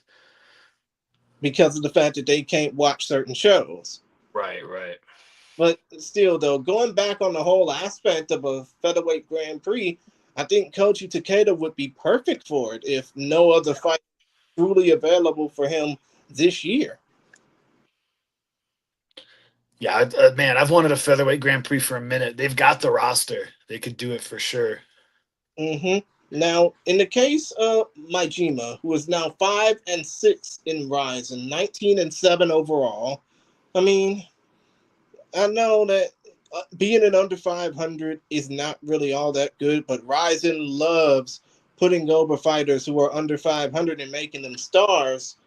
I mean, especially in the case of Majima, who's a former Rebel FC champion and a former Shudo tournament winner.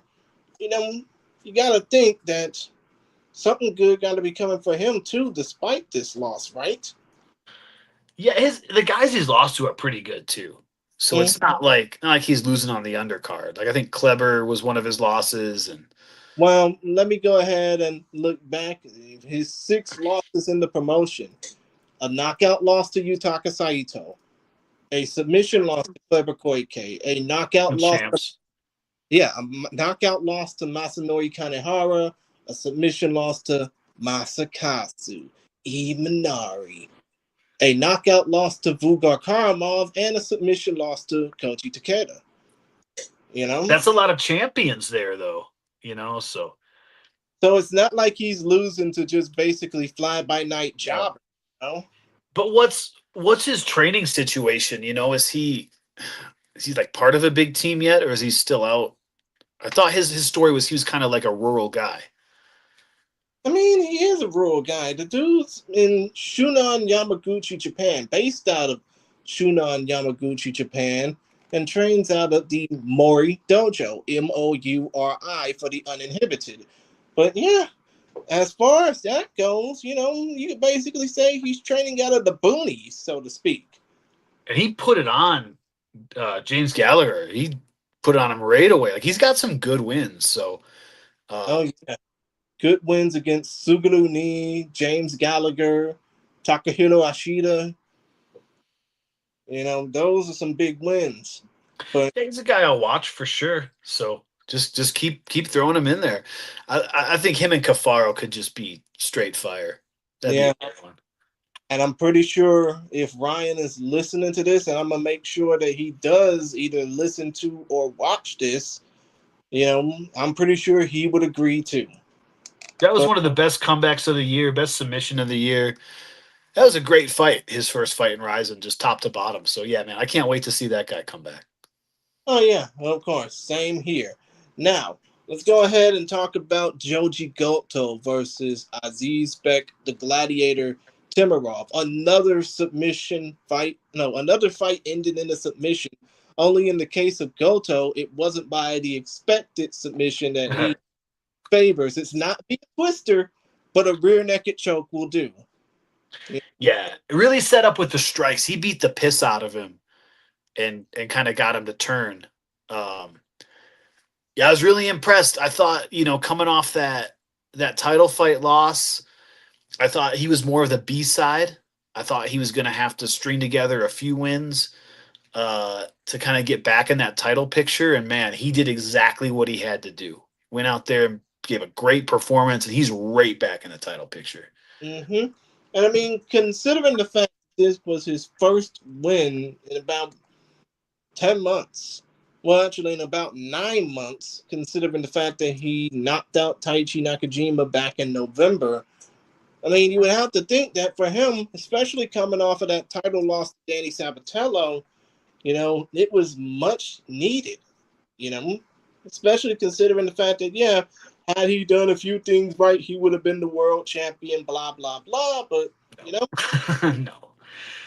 basically handling a tough Uzbek opponent in 3 minutes and 41 seconds, who just happens to have a brother in the UFC vying for title contention right now, it's a good enough win to say the least. Yeah, those guys have an exciting style. They come out swinging, and he has that knockout over Fukuda. But I don't think he was winning the fight with Fukuda. I think that's two really tough fights for a young dude with kind of an inexperienced record. I don't think it's like a punishment or a step back to have him fight, less higher ranked fighters. You could really give that dude anybody to bounce back with Mm. and kind of see where he really stands. But yeah, great win from Goto. That's exactly what he had to do to put himself back in the title picture. I thought it was going to be a long road for him back, but if he keeps doing that, he's going to cut the line pretty quick. So I know I hate pairing winners with losers, but would you say that Joji Goto versus Jinosuke Kashimura be more on your par for potential future title opportunities? I don't know. I never considered maybe Kashimura uh like in the mix to one of the potential suitors uh to fight Sabatello. So I don't know. I'm not really sure. And Sabatello's so active too. It's not like he sits out and waits for other guys to beat each other. So Yeah, he basically wants to get up and get at it at a moment's notice. I mean, the dude's basically an asshole to some and gangster in his own mind to most. yeah. But he does stay active, so I don't know who we got coming up at bantamweight that might. In a Yeah, good fight for him that would kind of put him back. And, Fukuda just had that knockout. He's kind of taken a step back.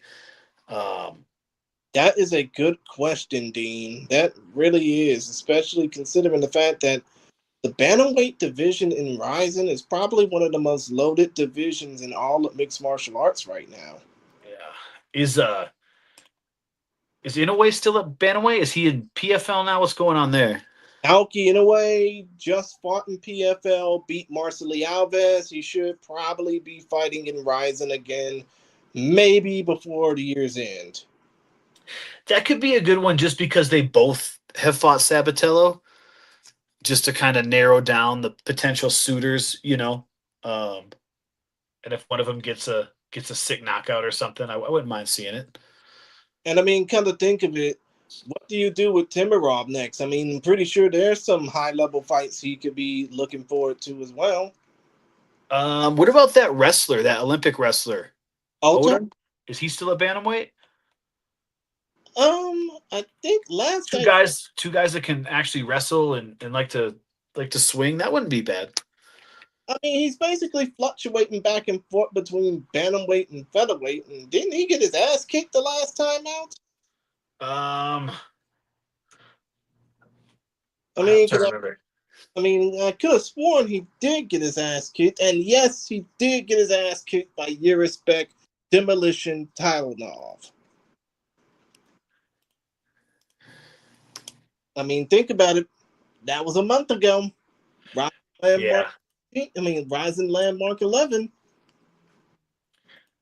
I think so. I mean, two guys coming off finished losses. That wouldn't be. Man, I feel like Tilinov is a little bit more seasoned than the younger uh brother, of Teремov. So hmm I mean, this is it'd just be all, kind of fair. yeah, but this is all just drawing a blank to you, huh? I would put him against another loser just to kind of see what he could do. I know he got the really good win over Fukuda, but he wasn't winning until he landed that big punch. Uh, I think his reach was kind of giving him problems against Fukuda. So aside from running that one back, I think you could give him anybody who's lost their last fight. Give him a few, maybe some of the new signings. Maybe you could give him when they pick up some regional champion and bring him in for the first fight. Yeah, Be a good option. very good, especially considering the fact that, like we opined to, Ryzen's bantamweight division is pretty damn loaded. Yeah, Not pretty loaded, fully loaded, so to yeah, speak. for sure. And you know what? Another division that is fully loaded right now for Ryzen, flyweights. I mean, we Yeah, just talked about the Yuki Ito versus Alibek Gazmatov fight earlier on in that rant, so to speak.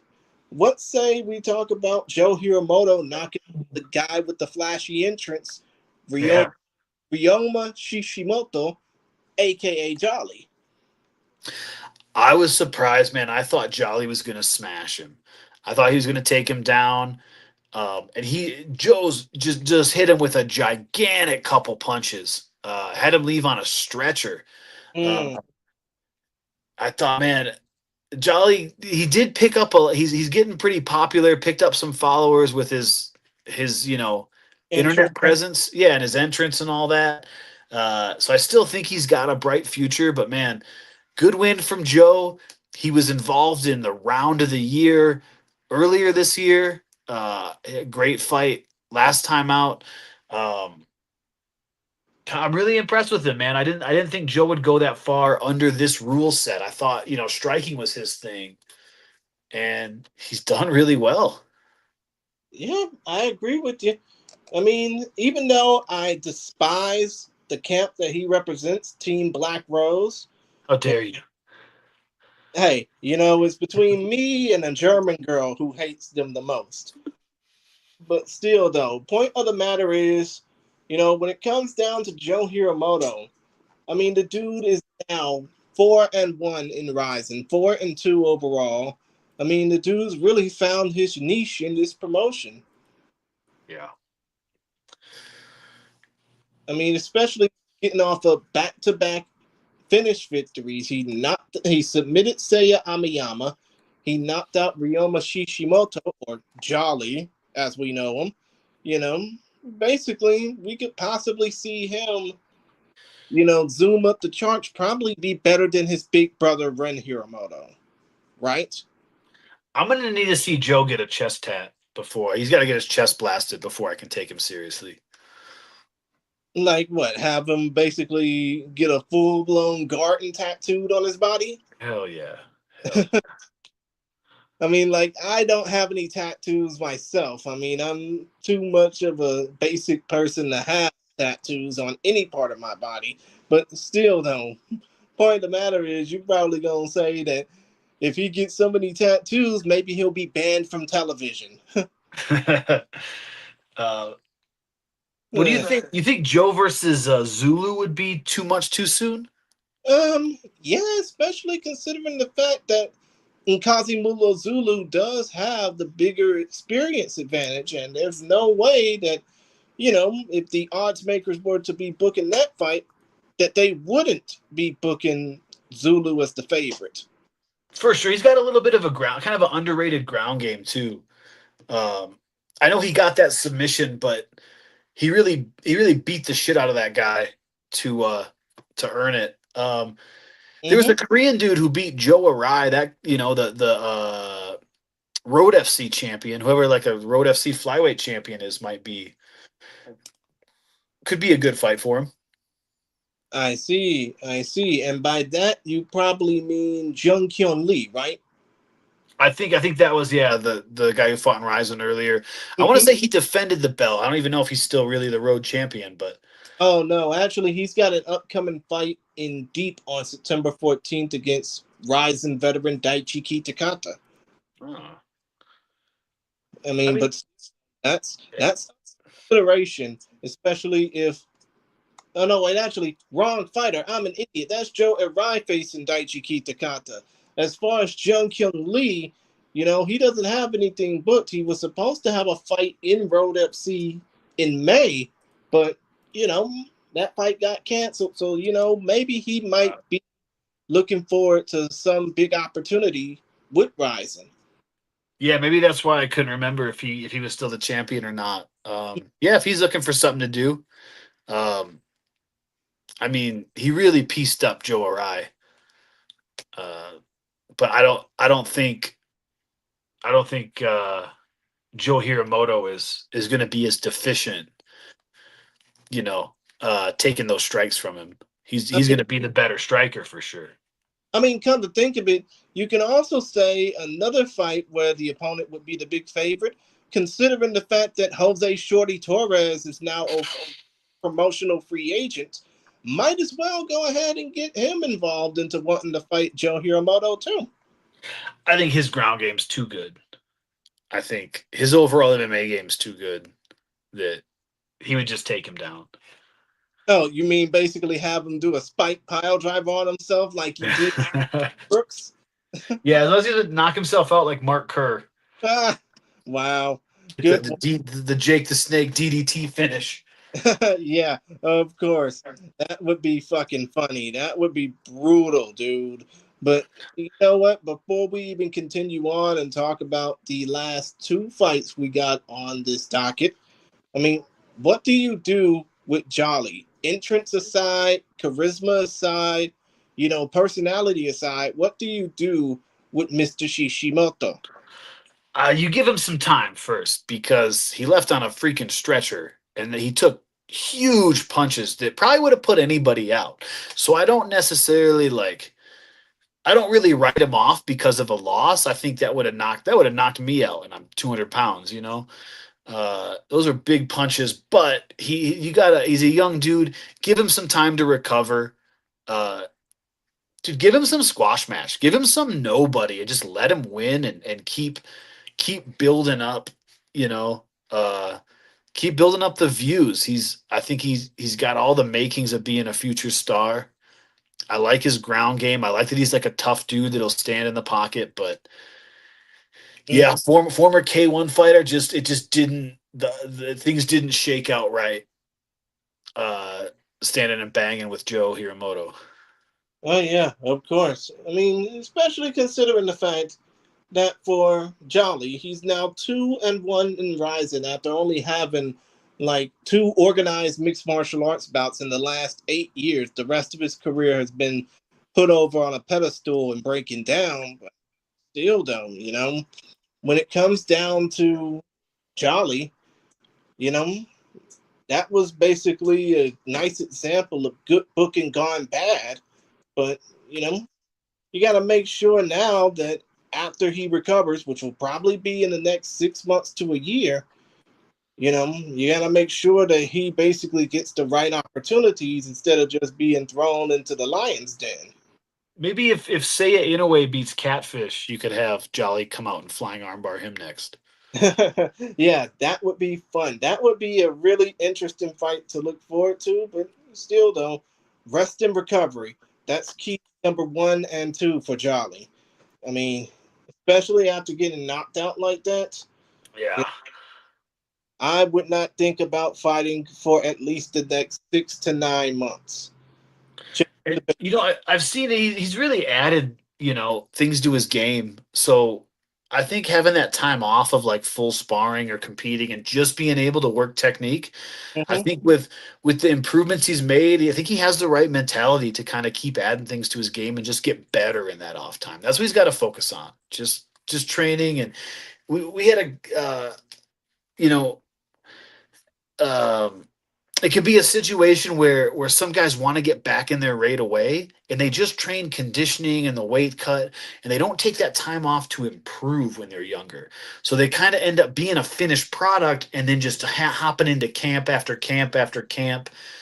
And we tell the young guys, don't make that mistake. uh, if you don't always have a fight booked, because then you're always worried about the weight, the conditioning, the sparring. Take some time to grow and learn, especially when you're younger, and I think that's perfect advice for this guy. Yeah, of course. Especially because you don't want to come back too soon and fuck up your life. Yeah, yeah. Get brain damage before you're 30. Or end up unfortunately passing away like Preacher Cologne after many rabbit punches. Yeah, I was saying that was a different situation with where the officiating really let him down. Exactly. But yeah, still rest in peace to Pritchard Cologne. That was very unfortunate. Yeah, exactly. Now we can go ahead and talk about the final two fights on the card, which was the first two fights on the card, and that is the Joker, Naoki Tanaka, introducing Issa Hosokawa to some superior rule set violence, along with a dazzling entrance. Yeah, that's how you do it. I mean, come on. Naoki Tanaka is now 4-2 overall. He is, I think, if I'm not mistaken, 2-1 in Rising as far as mixed martial arts rules goes. But still, though, Naoki knocked out Issa Hosokawa 3 minutes 9 seconds into round number two via doctor stoppage. I mean, to be honest, which did you like more, the finish or the entrance? The entrance was pretty sick. I'm not gonna lie. I want to see this guy. And look, he's still, coming from kickboxing, still has a ways to go. He hasn't fought the best well-rounded fighters. Give him somebody that sucks on New Year's Eve and have him do the gigantic entrance. That's what you got to do with this guy. I mean, come to think of it, basically give them all types of pyro and ballyhoo. Exactly. Give him who was the cosplay guy that used to come out with all the girls? My favorite fighter, Yuichiro Jienatsu Nagashima. Yes, Junatsu. Remember when he fought Aoki and Aoki was like doing drop kicks and stalling the whole kickboxing round? I Yes. remember saying out loud to my friend, "Well, it's over now. It's the MMA round. Here comes Aoki." Bam, right into that flying knee. Oh, it was beautiful. Hmm. Beautiful. And the lasting shot of that was seeing Michael Schiavello wear a anime wig. Yes, he had to. Him and I think it was Frank Trigg had the bet. Yeah. It was like whoever lost Gentleman's wager. Yeah, whoever lost the fight, whoever's charged lost the fight, had to don a lipstick and makeup. And I That's right. instantly heard Michael Schiavello say, "I don't want to be the guy putting on lipstick and makeup." Maybe we should do a bet like that for the New Year's show. Like we'll each pick a fighter and loser has to shave their head or something. Well, I mean, considering the fact that I am like mostly bald, that would be like low hanging fruit. You would have to Yeah. give Jay Wolf an assignment like that. All right. You and Jay Wolf, the loser has to wear a dress. No, really. I mean, I basically have. I mean, my parents, my mother and grandmother specifically, have way too many old church dresses that they wouldn't want me. Ooh, you should not have told us that. No, no, no. I'm just saying. I'm just saying. I wouldn't want to embarrass myself wearing an old school church dress just to I base. bet they have the little hat to match and the little Yeah, parasol and everything. but still, though, point of the matter is, you would not want to see me dressed up like an old church lady. Let's just be real. But and I'm saying this on a Sunday, Lord knows. But still, point is, point is, when it comes down to a Naoki Joker Tanaka fight, dude's only fought 6 times in mixed martial arts. He's fought 3 times in Rising, 3 times in Deep. But the energy and the excitement just gets you, especially when this man compete. I mean, wouldn't you agree? I do. I like some of his fights in Rise too. I'm a big Chad Collins fan. That guy's always exciting too. I don't know Uh, if he would ever have MMA aspirations, but he probably wouldn't unless the money's too good. dude, give those guys throw them both a suitcase full of money and have them do an MMA fight. That'd be awesome. I mean, yeah, that would be awesome. I mean, especially if Chad ever wants to move forward into mixed martial arts. I mean, I'm pretty sure the Shark would love to make chum out of people in mixed martial arts. But still, though, when it comes down to Naoki, what's next for him? Ooh. I say keep him. Don't go too fast too soon. You Right. know, get him somebody else that maybe is from Breaking Down or doesn't have a traditional MMA record. Because his ground game's still going to be a liability. hmm Especially considering the fact that, again, he's only 6 fights into his MMA career. There's no way he can just basically go to the ground and all of a sudden be a submission magician. Yeah. But oh, I mean, yeah, of course he has one submission win on his record. That was via a rear naked choke in Deep about 5 months ago. But still, though, you know, If you got to fast track him, maybe like the winner of that Show Patrick Usami fight, just because it'd be exciting because they'd stand with him. Uh, but mhm. you can't give him like a I don't know. I don't know how good his ground has developed yet. I think that's why they kind of gave him this opponent specifically. Uh, of course. And I mean, speaking of that particular opponent, Isa Hosokawa, I mean, the dude just came into mixed martial arts from competing for Breaking Down and obviously kickboxing before that. And I mean, to be honest, when it comes down to Hosokawa, you know, you just gotta ask. The dude's now 0-2 in Rising, 0-1 in kickbox. No, 0-1 in mixed martial arts for Rising. I mean, the dude's only 26 years old. What do you do next? Uh, you feed him to Saku Jr. so Really? so that guy can build more wins on his record. I What is mean, he though? Saku Jr. is like 2-2 or something. This guy at least has a bunch of fights in Breaking Down. He has some sort of competition. It's not a total uh like experience mismatch. yeah, He was the Breaking Down. Was Hosokawa the Breaking Down champion? I think so. That's a hard one to watch for us here in the States, man. I would totally watch that if there was any way I could see it. It's a cool concept, Breaking Down. Yeah, but the thing is, we can't watch it because, the entire thing is basically Japanese versus Japanese. And yeah, you would have a few fighters in there as well. I mean, I think I last seen like Tyson Nam compete Oh in. snap! Yeah, Tyson Nam, the former UFC fighter, basically journeyman everywhere else. I mean, the dude had one fight in Breaking Down, and it was, I think, a loss. So to Wow. But still, though, it would be cool if we got more opportunities to watch Breaking Down in this part of the Pacific. But still, though, when it comes down to Hosokawa versus Taisei, Taisei is 2-2, not only in Rising, but overall as a mixed martial artist.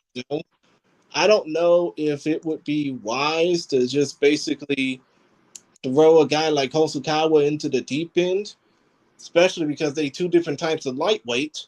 But Yeah. still, it would be fun to see a fight like that happen. Maybe when Hosokawa has a little bit more meat on the bone, so to speak. He might, if he wants to do MMA, he might have to go through some other sort of region. Go to deep or go to Pancrase or go to shoot. yeah. Right, right, and yeah, pick up a few wins, come back in or something like that. If you're gonna keep him around, I don't know, man. Ryzen is very sink or swim with some of their guys. Oh yeah, I mean we talked about Chad Collins. Him being the shark, that's his nickname. But it's basically like being in the literal shark tank when it comes down to being in Rising. I mean, if you don't know how to swim, you will sink and sink fast. Just Exactly. ask, just ask two of the three fighters who would have been a part of the chief support on this card. Hmm. But still, though, Hosokawa versus Saku Jr., I would love to see that just as much as I would love to see more excitement from Naoki the Joker Tanaka.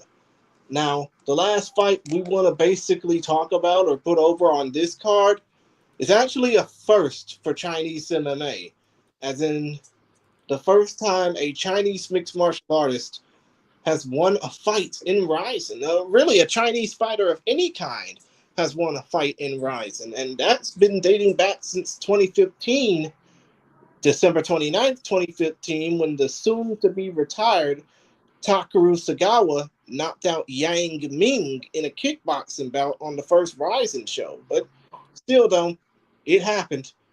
The underdog, Kai Wen Lee, knocked out Arata Mizuno. Left hook, ground and pound, 427 of round one. A lot of the odds were stacked against the underdog.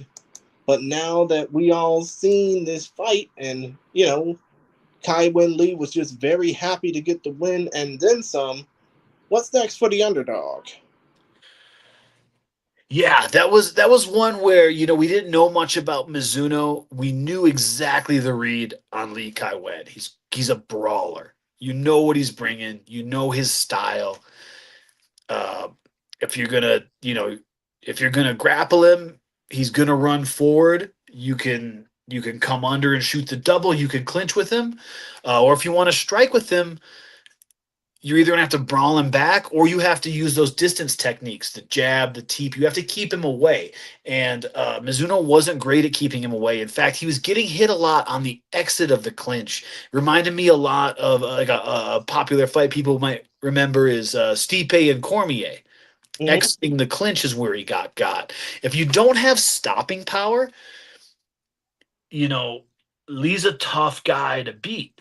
It's almost like if you gave these guys an aggregate, like a video game score, you put all their stats in and then gave them an aggregate number as their stat.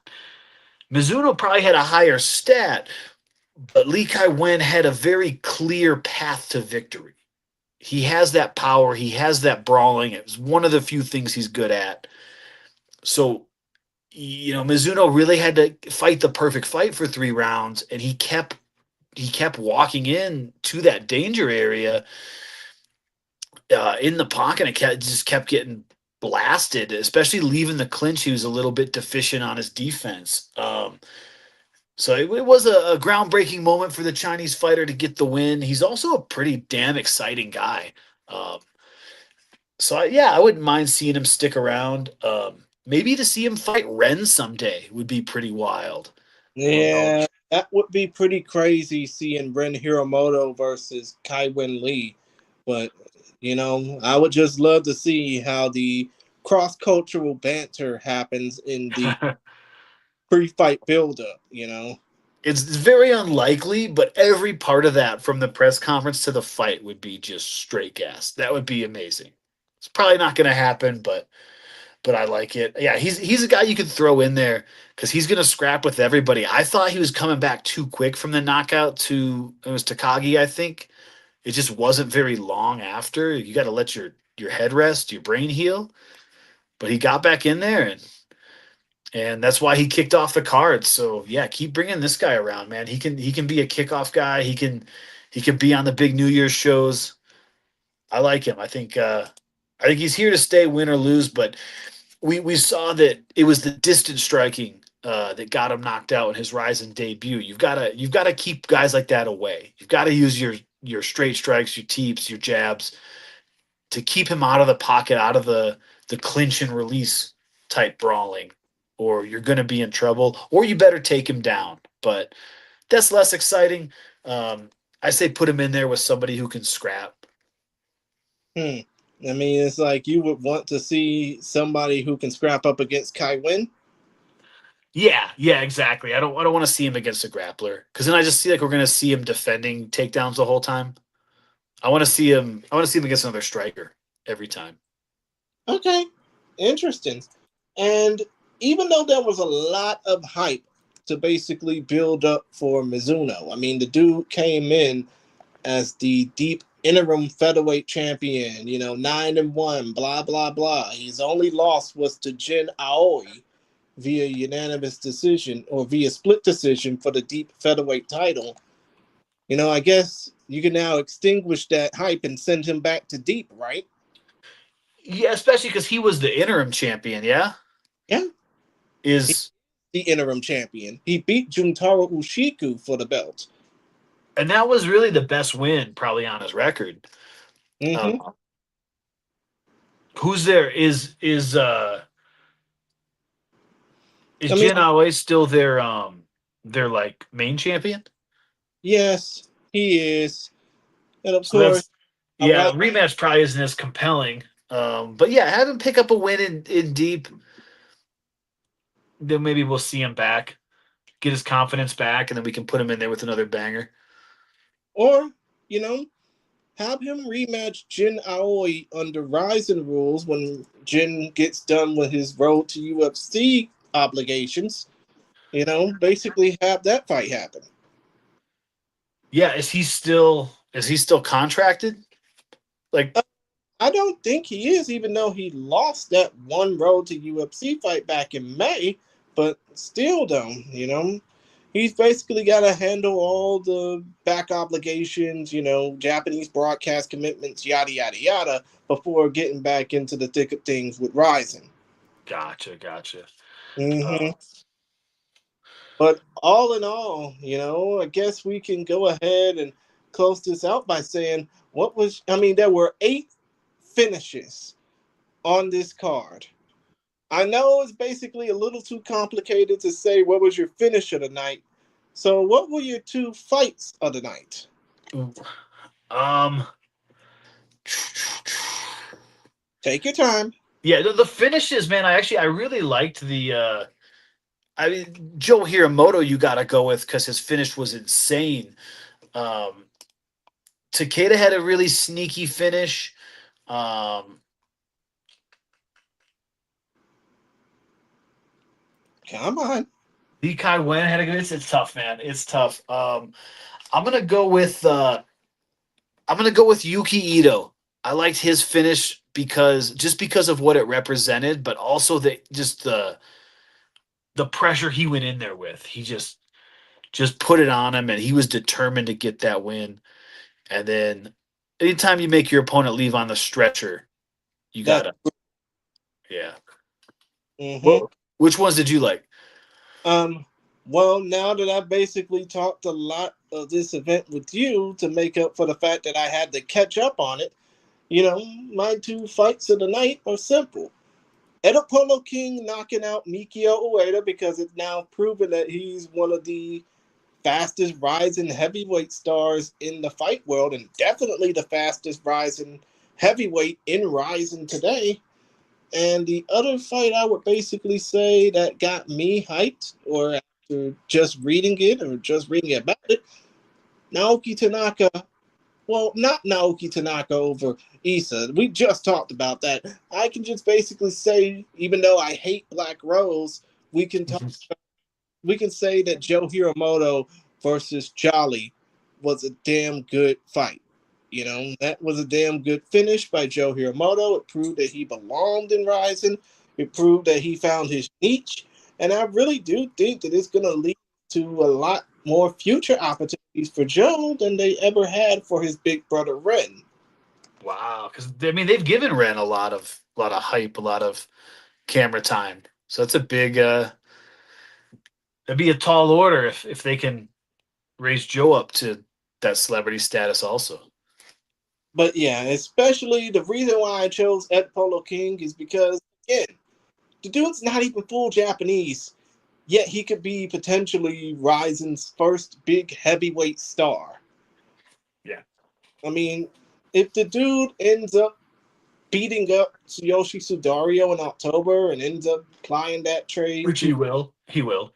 yeah, we're going to go ahead and say that now, that it'll be a win for Ed Polo King over Tsuyoshi Sudario.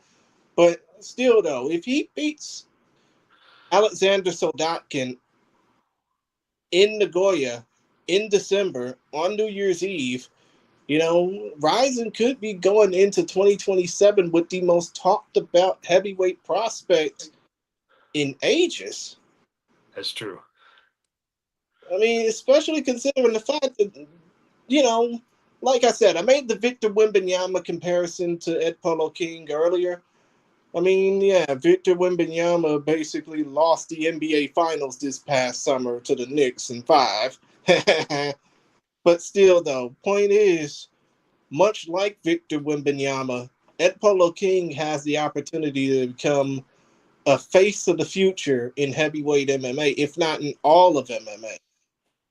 Yeah, what I liked about that fight is it didn't feel like a heavyweight pace fight. It was good pace from both fighters in that one. Mm-hmm. Exactly. Especially considering the fact that, again, you know, we basically went into this Japanese heavyweight Grand Prix thinking, oh, it was going to be such a shit show. But now we're basically saying, holy shit, when is the next fight going to be? I know it's in October, but when are they going to book it? Because I want to see more of this. I want to feel more of this. Yeah, I mean, if they do it right, it could be like a big how do you say, like an atmosphere Yes. around it. So that'd be cool.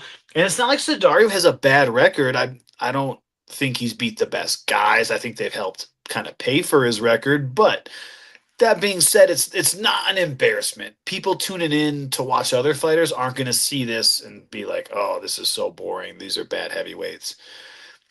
If anything, it's a quick spectacle. They mercifully got us out of there with finishes pretty quick. So yeah, um, could be a good one. Well, yeah, it could be a good one. And Sidario and Taka Kenshin both they've made a lot of improvements. So Oh, yeah, especially Taka Kenshin by leaps and oh bounds. yeah, he's like 200 times better than he was before. Oh, yeah, from the lovable loser to a potential star. Yeah. But still, though, before we close things out on this podcast, I just got three things to talk about with you that probably have nothing to do with, you know, what we saw, what we heard about at Rising 54. And one of those things was announced during the intermission. Shizuka Sugiyama, you know, American Japanese, fought in Rising once upon a time, Smack Girl veteran. You know, she basically is going to have her retirement fight against Emi Fujino at Pancrase 366 on September 3rd. I mean, do you think that when it comes down to Shizuka, she deserves to go out with a bang? Yeah, and that's like a winnable but popular opponent too. So I think it's kind of good matchmaking there. It's gonna get people to tune in. I mean, keep in mind, this is an exhibition, so, you know, win or lose, The result ain't really going to count on either fighter's record. Why is that? I mean, it's because of the fact that, they want to treat, Pancrase probably wants to treat Sugiyama's retirement like it's an old school Joshi Puroresu retirement. Like, hand her flowers, give her the 10 bell salute, announce her name, Yeah. yada, yada. But it doesn't need to be an X. It can still be a fight. I mean, it might be a fight, who knows? Plans might change, but still, though.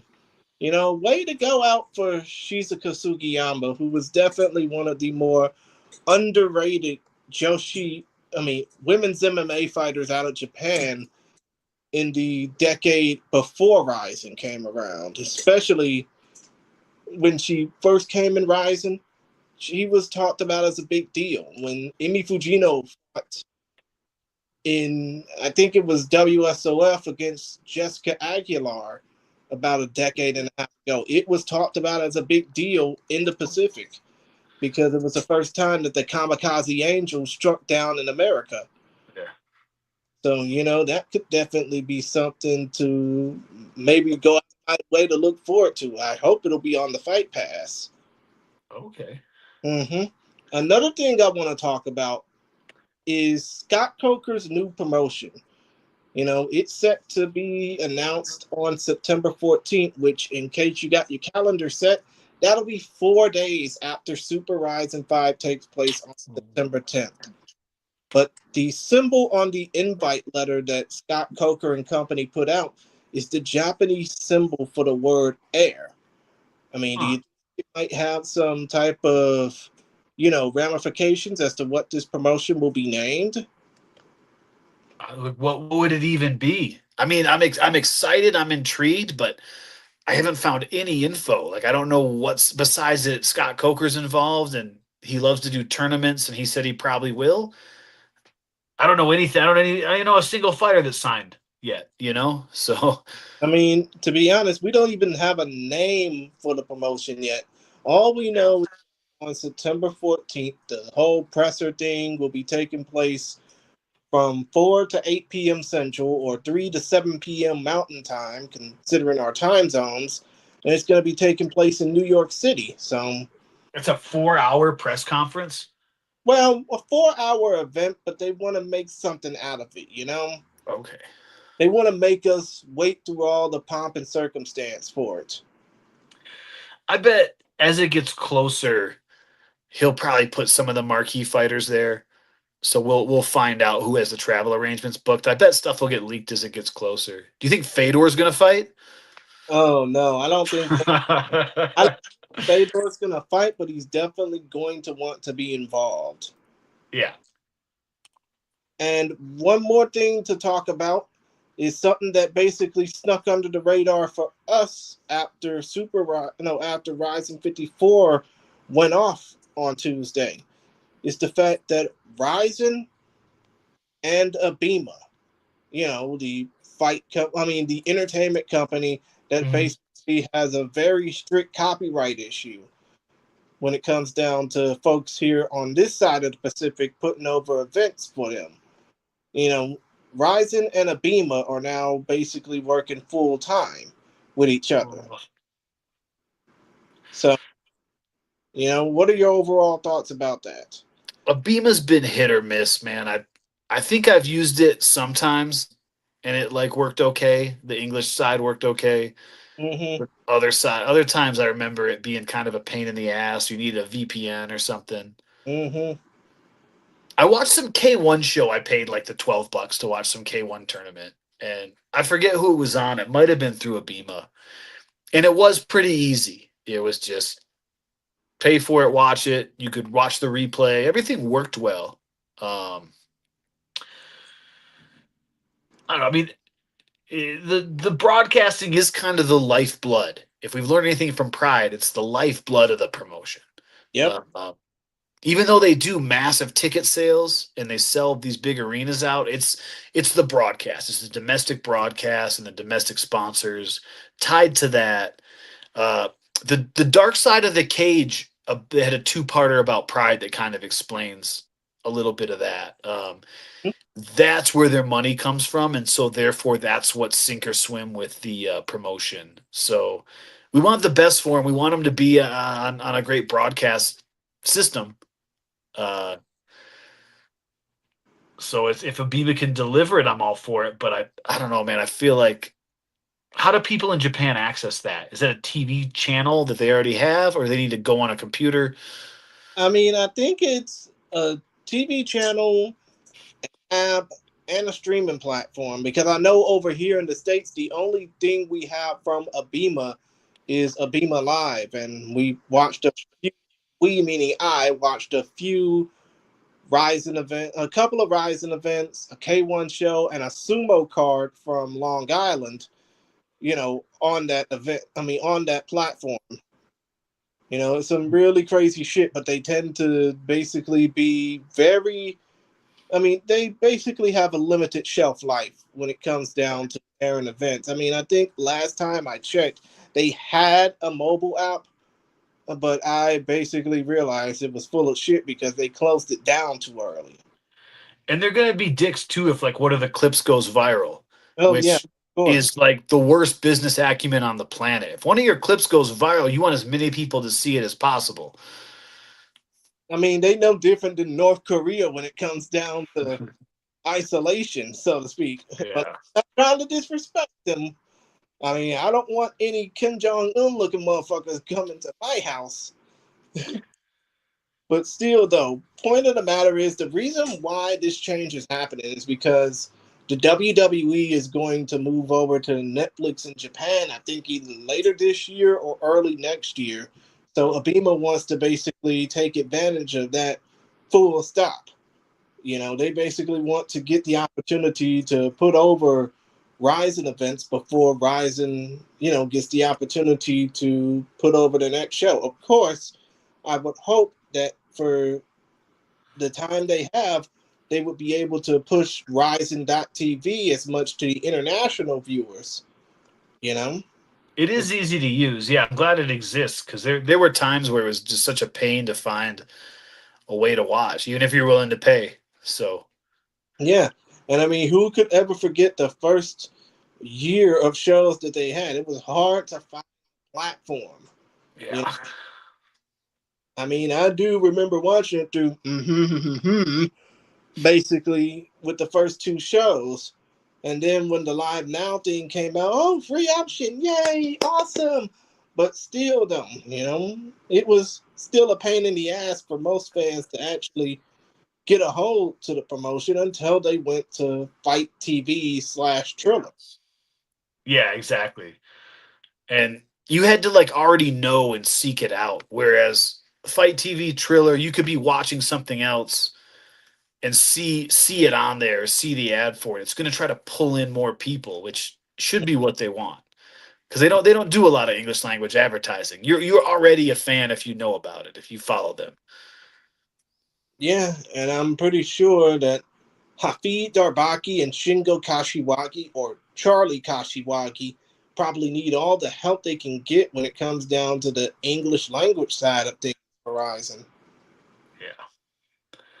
So, you know what? That's basically all that we have as far as three things go. Other than that, it was a pretty great show to talk about.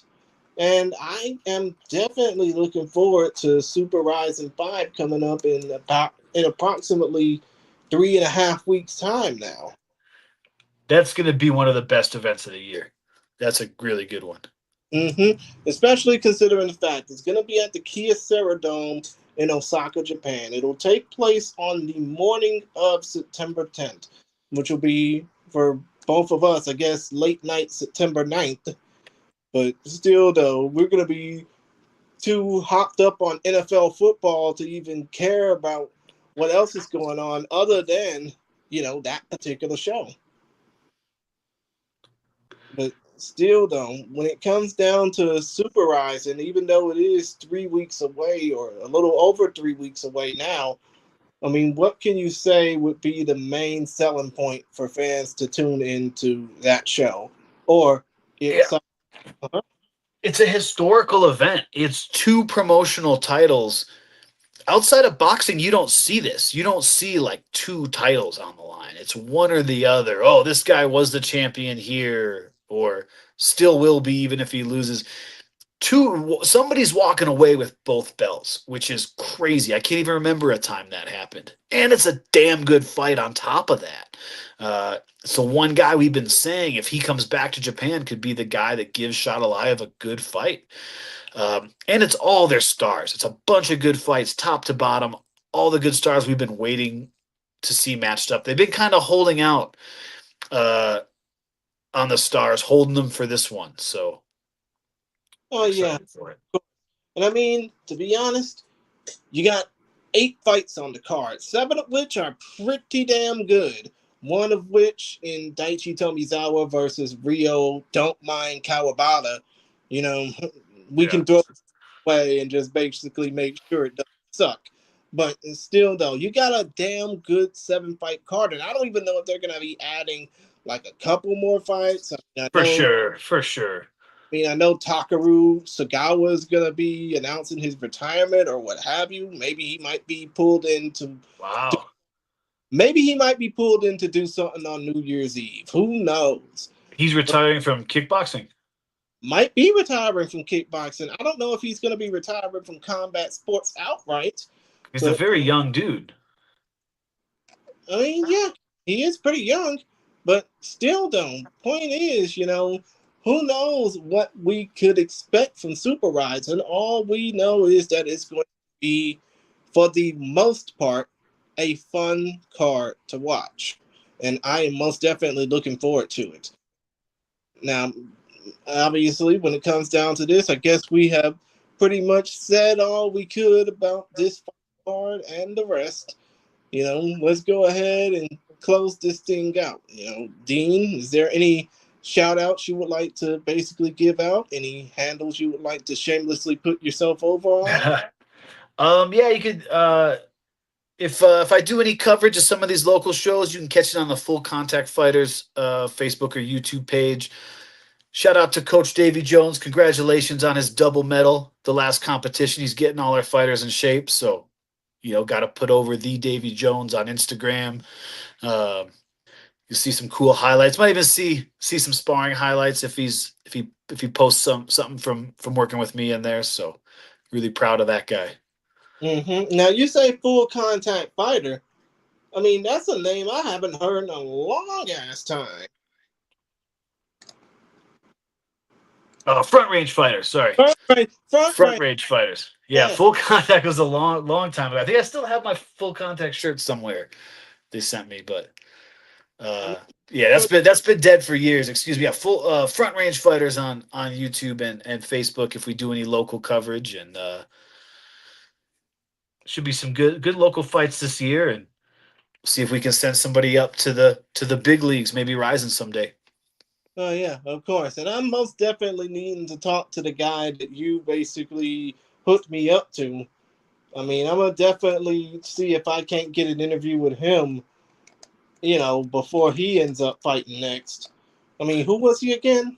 Yeah, AJ Rob's fighting for the Gorilla Pro title for Gorilla Fighting. It's going to be in Pueblo, Colorado later this month. He's been training hard, man. He's in great shape. AJ Rob, the champ, always smashes dudes. Colorado wrestling legend and MMA legend. I think it'll be his first pro title. So get to Of, see. Yeah. of course. But other than that, obviously you don't have any other social media platforms you can put over because you're banned from just about every social media. Band like Affliction. Good one. Other than that, if they were to ever want to contact you, all you can just say is, "Hey, come to Colorado Springs. I got an open mat for you." Yeah, we got open mats all the time, man. I'll catch you on the mat. Bring your mouthpiece. Oh yeah, of course. And as for me, like I already said, you can. I mean, I now have another platform you can check me out on. It's on million.co. You can go ahead and check me out as well as Todd Atkins over on that platform. And hopefully, we can enjoy having another way to talk about fight sports. And if you want to check out all of what Todd Atkins has in store. You can check out the Todd Atkins Show over on Apple Podcasts, or you can check out the links that you see on the screen right now, and check out in the description. And as far as I go, you can check out all of what I have in the description as well, as far as links and by Pyro and Ballyhoo and all of that, and all of what Focus Fights has in store as well. And you know what? I basically hate to give this man props, even though he has really been pissing me off at times as of late. But you know what? You can go ahead and check out Jay. Well, you can go ahead and check out Jay Wolf first of all. You can basically follow. Powerful J Wolf. Yes, the all-knowing Jay Wolf over on his platforms. He would probably say, brother, I've been doing this since the Yahoo forums back in 1990X. You can follow me on Twitter and Discord. I'm only one spelled JAYYOLF1. That's That's how how you you know. That's how you know. Yeah, that's how you know it's me. But still though, again, I hate to give Andrew Benjamin his props, but again, you can go ahead and check out all of what he has in store. He's probably basically bashing me right now on his show right now. But still though, you can go ahead and check him out over on the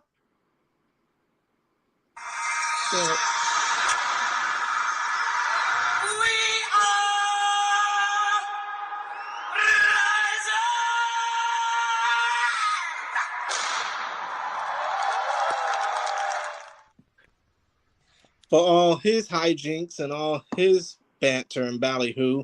And again, if Jay Wolf was on here, he would probably say, Pride FC never died. Pride It's has right. But other than that, again, check out all the links and all of what I mentioned in the description of this podcast. And once we edit all this shit and post, you know, in the description of this video. But other than that, hopefully, I mean, like I said, I will be getting an interview with Todd Atkins in the next few days. It will definitely be put up on future, uh, well, actually, on the podcast platforms of my choice, as well as the Cam Rhodes interview. And Lord willing, we will be back to hit you up with another episode of Focus Fights Audio, the Rising Edition, or Focus Fights Audio, the regular edition, where I'm just talking to people, you know, before Super Rising 5, which will take place September 10th. And hopefully we'll be able to talk about some new things happening in the world of MMA after that. But other than that, other than all of that, aside from the trolls basically hitting up the comments, and I see all y'all motherfuckers. Yeah, I don't owe y'all shit, but I don't owe y'all shit, not even an explanation. But still, though, for those who actually came to enjoy this, thank you for watching. Thank you for listening. Thank you for putting over all that I have, regardless of what I don't have. And I'm just glad to be a part of this fandom known as the Superior Rule Set, the Rising Federation, and hopefully we'll get a chance to talk again soon. Other than that, for the Honey Badger, Dean Burley, I have been the Chillmeister, J. Christian Gary, saying peace, my peoples, and one love world. Protect yourself at all times. Keep fighting because you'll never know who might hear your story. And in the case of, well, Dean, you got anything else to say? I'm tired. My voice is running. No, man. Well, GFL hit me up, dude. They said, "Hey, we heard you were relevant in 2005." Really? The Global Fight League hit you Yeah, up? so maybe I'll fight Shogun Hua for $300. Wow. But of course, we thank y'all for listening to the podcast, and God willing, we'll see y'all next time, hopefully within the next few weeks. Other than that, deuces. Until next time, y'all. Later.